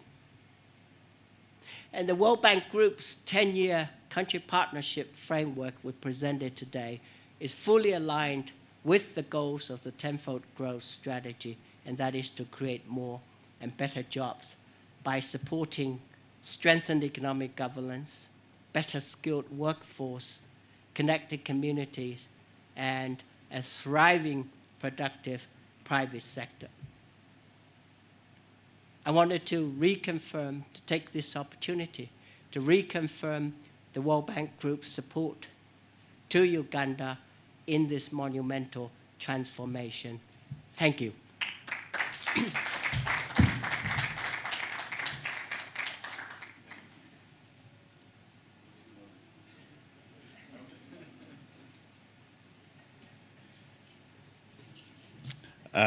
Thank you very much. I thought I would get a free lunch from Maurice. But I just want to take this opportunity, first of all, to thank you for your time, for your precious time to be here. And to thank and to thank the World Bank always for this diagnostic work. We at the Ministry of Finance, we take it very seriously. And the recommendations, the advice that comes out of these diagnostics, including the country updates that are done every year. Because they dive deep into a specific issue and try to highlight the key actionable challenges that we must address. At the Ministry of Finance and representing the government of the Republic of Uganda, we appreciate the partnership with the government partners and the World Bank and civil society, Mr. Mukunda here, in highlighting the implementation challenges. And that's why we have the PIM Plus project that was launched recently in order to work with the government, in order to unlock the implementation challenges, in order to improve productivity of public investment. This is going to be critical. The implementation or the realization of the tenfold is not going to be by the government. The government is going to play a facilitative role, and the private sector will actually deliver on some of those important milestones that are expected by the general public to improve productivity, to improve competitiveness, and to grow the economy. Of course, the growth rates required, as he has mentioned, what's the name? I think the regional director, sorry, I didn't memorize the name. He's right, this is a very ambitious strategy, but it's achievable. When you look at the potential this country has in agro-industrialization, in the mineral sector, you know, the young, productive youth, okay, tapping into those resources, to me, I'm optimistic that this can be achieved even earlier. What we need is consistent partnership, consistent support, working together in a honest manner in order to address emerging challenges, because they will always be there. And the World Bank, through these diagnostics, provide an important tool or avenue for us to sit down like we did today to look at these issues. I don't want to turn this into a long speech. I know it's lunchtime. I just wanted to appreciate you, your time. You traveled here. You stayed with us here. The people who have been involved in this public finance review work and the country partnership framework. All those technical staff who have been involved, both from the government side and also from the development partners side. This is to thank you for your time and for your resilience in terms of bringing out some of these key challenges. It's not easy, collecting the data, analyzing it, and making sense out of it, bringing out those key messages and relating and transmitting them to government officials who are non-technical like myself. Is not a simple job. You know, it's very easy to make analysis, but getting the key messages that the politicians, the decision makers are going to appreciate is not something that you can just take for granted. So I want to thank you for that. I want to thank the private sector, the civil society, the media, which is the fourth estate, which is going to be very critical in terms of giving us feedback, in terms of ensuring there's public accountability. And we are willing to work with the fourth estate in terms of ensuring that there is accountability in terms of implementing the tenfold growth strategy. I want to thank you all. Thank you so much.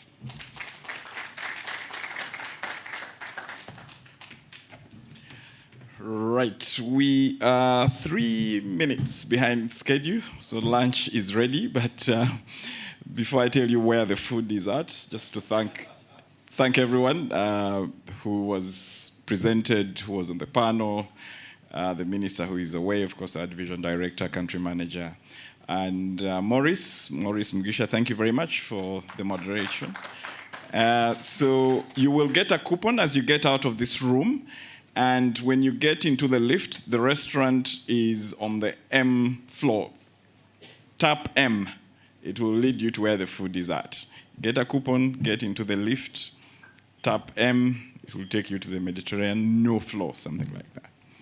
Thank you, and maybe just for the third time, to invite the media to be present as we launch the 27th edition of the Uganda Economic Update on Thursday this week. Thursday, July the 2nd, at plot 18, Prince Charles Drive, which maybe now that the Prince is a king, maybe KCCA might consider renaming it King Charles Drive. So Thursday, 8 a.m., let's meet there. The focus is construction and jobs. Looking forward to seeing you, and goodbye, everyone.